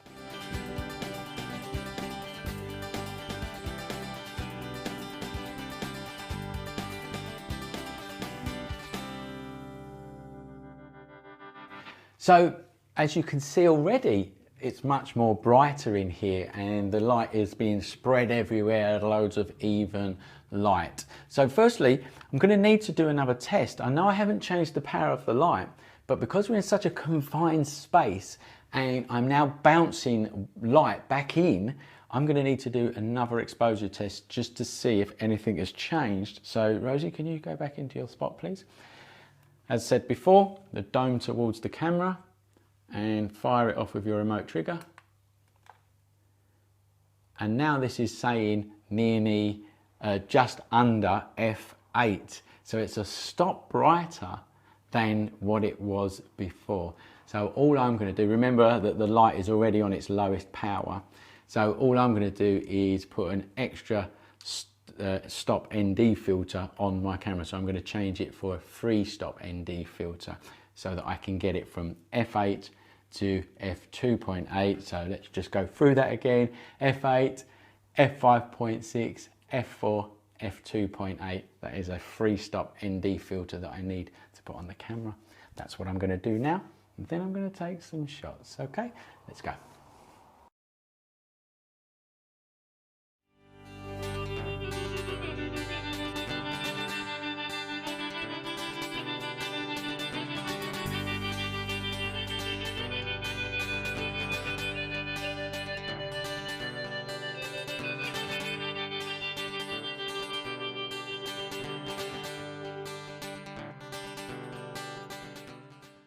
So the only difference I've done in them shots is change from black to a white reflector. So black effectively is not reflecting any light back in, and the white is reflecting lots of light back in. So you could see the difference between the two. One is showing a lot more contours in the face, and the other one, the white one, is not. It's bleaching them out. Now, each look will suit different situations, I suppose, and it's obviously going to be down to you which one that you choose. So a beauty dish is not on your starter equipment list that I gave you in a previous lesson, but if you've got one or can get hold of one, give it a go. Give this lighting setup a go. It's really simple and it gets you great effects. And then I'll see you in the next video where we're going to take this one step further.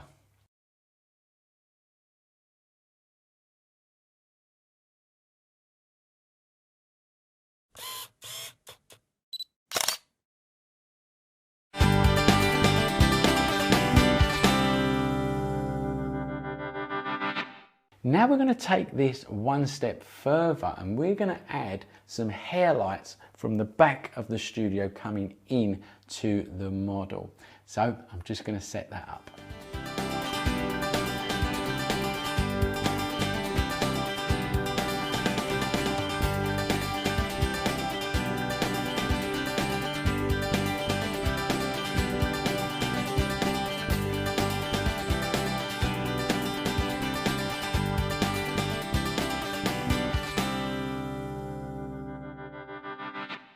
So what I've got here is the same as before when it comes to the beauty dish and the white reflector. I've changed the side bits back to black because I want to not have reflected light coming back in.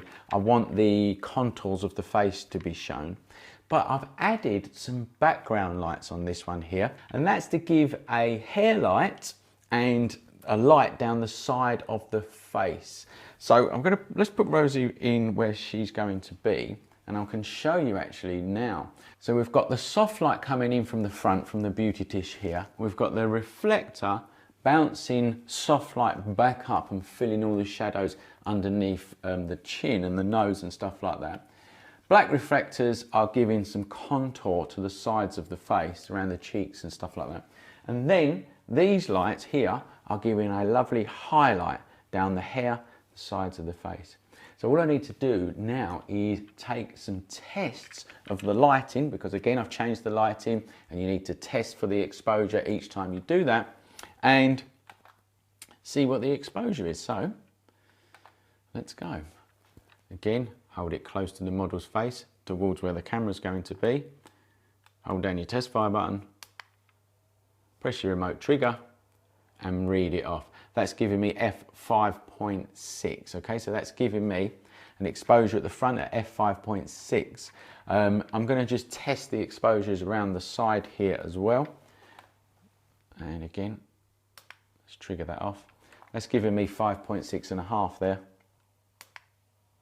Yeah, and that is giving me the same exposure over here. So I've got these background lights here set to an even power. They're both set to 1.5.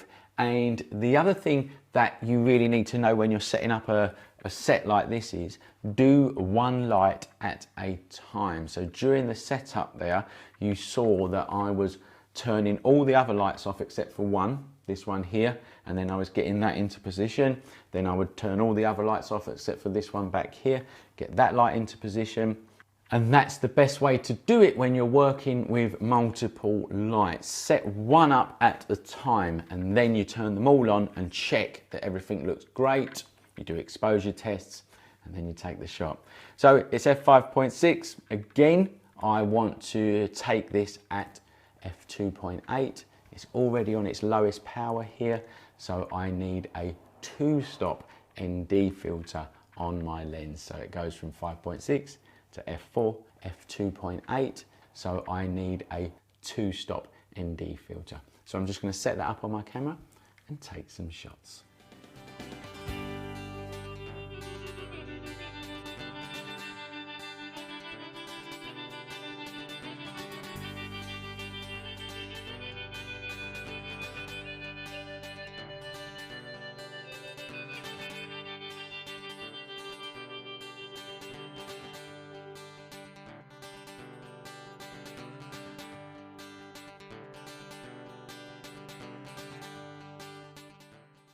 So we've got some really good pictures there, and as you can see, the background lights really add to the shot. They put a highlight down the edges of either the hair when the hair was down or the skin when the hair was back.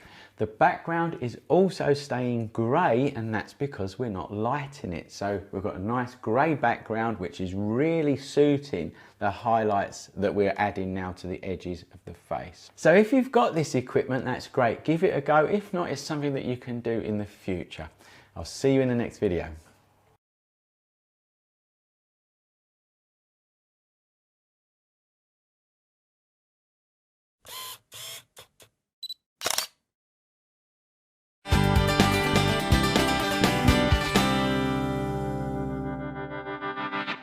Okay, now what we're going to look at is using something called gels. Now, as you can see, we've been using a white background, and in the last shoot, it went grey because we weren't lighting it. But we can change that white background to any colour we want using gels, and I'm going to show you a couple now. So here's a couple of gels here. Blue one, yellow one, you can get all different types of them. These ones slot into the dishes of the lights that we've looked at throughout the course, but you can also get them just in rolls of gel, and you just cut them to size and you can hang them over lights and stuff like that. Now we're going to use them to light the background, to change the colour of the background, but you can also use them to actually light the face. So you can have blue light coming in from one side or yellow light coming in from one side and stuff like that. So let's change the set and start to change the colour of the background.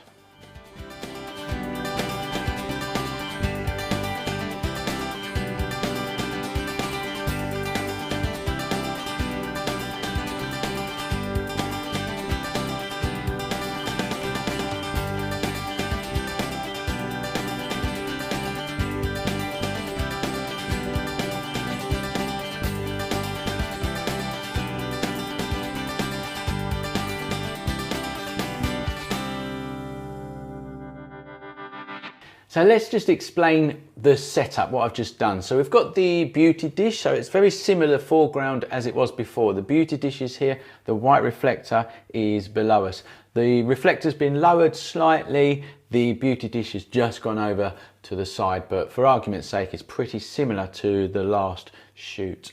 I have changed from black to white here on my reflectors to bounce in as much light as possible because I want a kind of funner look to this shoot. Now, this is the one here that we need to talk about. This is the background light, and I've slid the gel into the background light, a blue gel, to give me a blue background. And what you have to do pretty much is balance that background to your foreground, just a bit like what we've looked at before. So we'll just do a foreground exposure test just to check that it's the same as what it was before when we was using the white reflectors.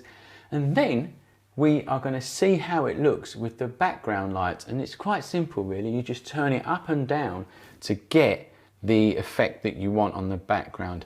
So let's get our model in place. So let's just do an exposure test as before for the foreground or for the model. Hold the dome towards the camera, trigger it off. Yep, 5.6 and a half. So this time I'm going to set the camera to 5.6 because I want a longer depth of field. So I'm not going to be using any ND filters now on my camera. So let's grab the camera and let's take a few tests.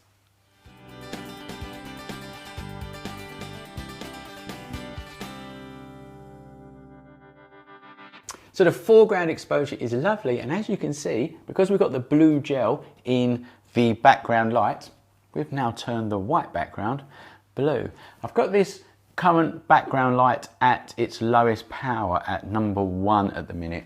And what I want to do actually is see the difference in the powers as we go up. Now obviously what's going to happen is it's going to get brighter and brighter the more power that's pushed through the gel. So let's give that a go and see which one we like the best at the end. Firstly, I'm going to flick it up to number 2 here. Let's go around and take a shot. All right, Rosie, here we go. And that's it, just looking at me and bang.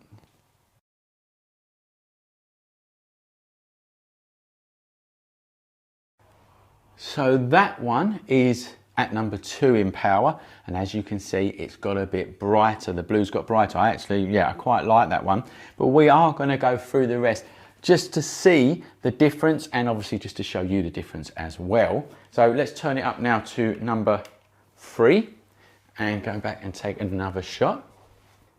Okay, good stuff. That's it. And as you can see, the background is now getting brighter. Let's try number 4. Like that. That's it, Rosie, thank you. And now it's getting really bright. It's kind of glowing a bit now. And I'm just going to do it on number 5 just so you can see it. This is full power. And looking at me.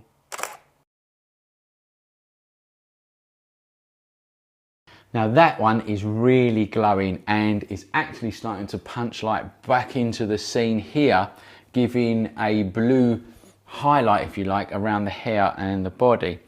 And that's quite good if you want that kind of thing. I actually don't. I'm going to put it on half power. So I quite like the 3 and I quite like the 2.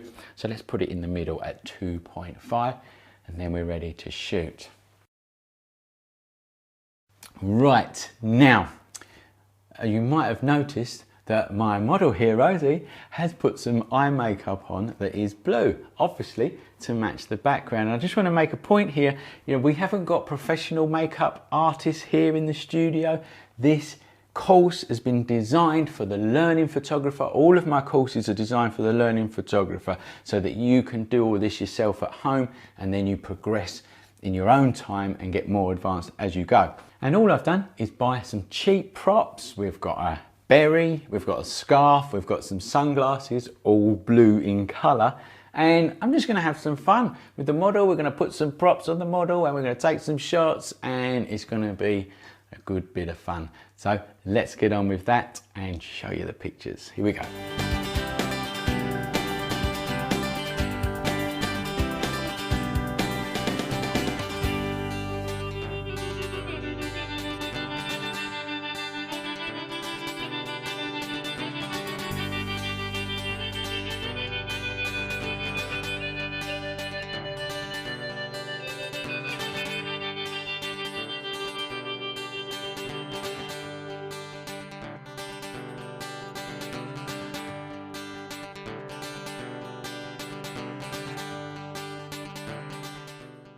So all we did there was the model put a little bit of makeup on herself. We got some cheap props, we've got a blue t-shirt, and just by doing things like that, you can have a real bit of fun. And it's really simple. And all you do is you put a gel in the background light to change the color of the background. And of course, you can do that in red, yellow, whatever color that you can get a gel for. So if you've got that equipment, then have some fun and give it a go. Put some different gels in the background light and change the colors of your background. Now, as you can see throughout this course, as long as you can control light, soft light, hard light, reflected light, diffuse light, and you can control that with one flash head, you can do it with 2 flash heads, 3, 4, whatever. And the possibilities of the effects that you can create are endless. It's just about having fun and experimenting. Okay, let's go on to the next video and recap on what we have learned throughout this course.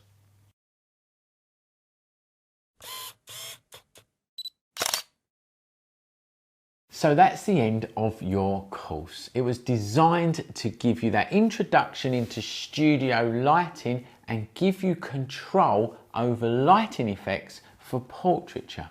Let's recap on what we've learned through the course. So we started by looking at what studio lighting is for, and that's that total control over light. Then we looked at recommended equipment to get you started in the studio. We looked at camera settings, what the flash sync is, how to focus correctly in the studio, and the effects of lenses and focal lengths. Then we looked at flash heads in much more depth and looked at how we can sync them to other flash heads using their cells. We looked at different ways to connect your camera to the flash heads, and we looked at how to expose manually in a studio using a light meter.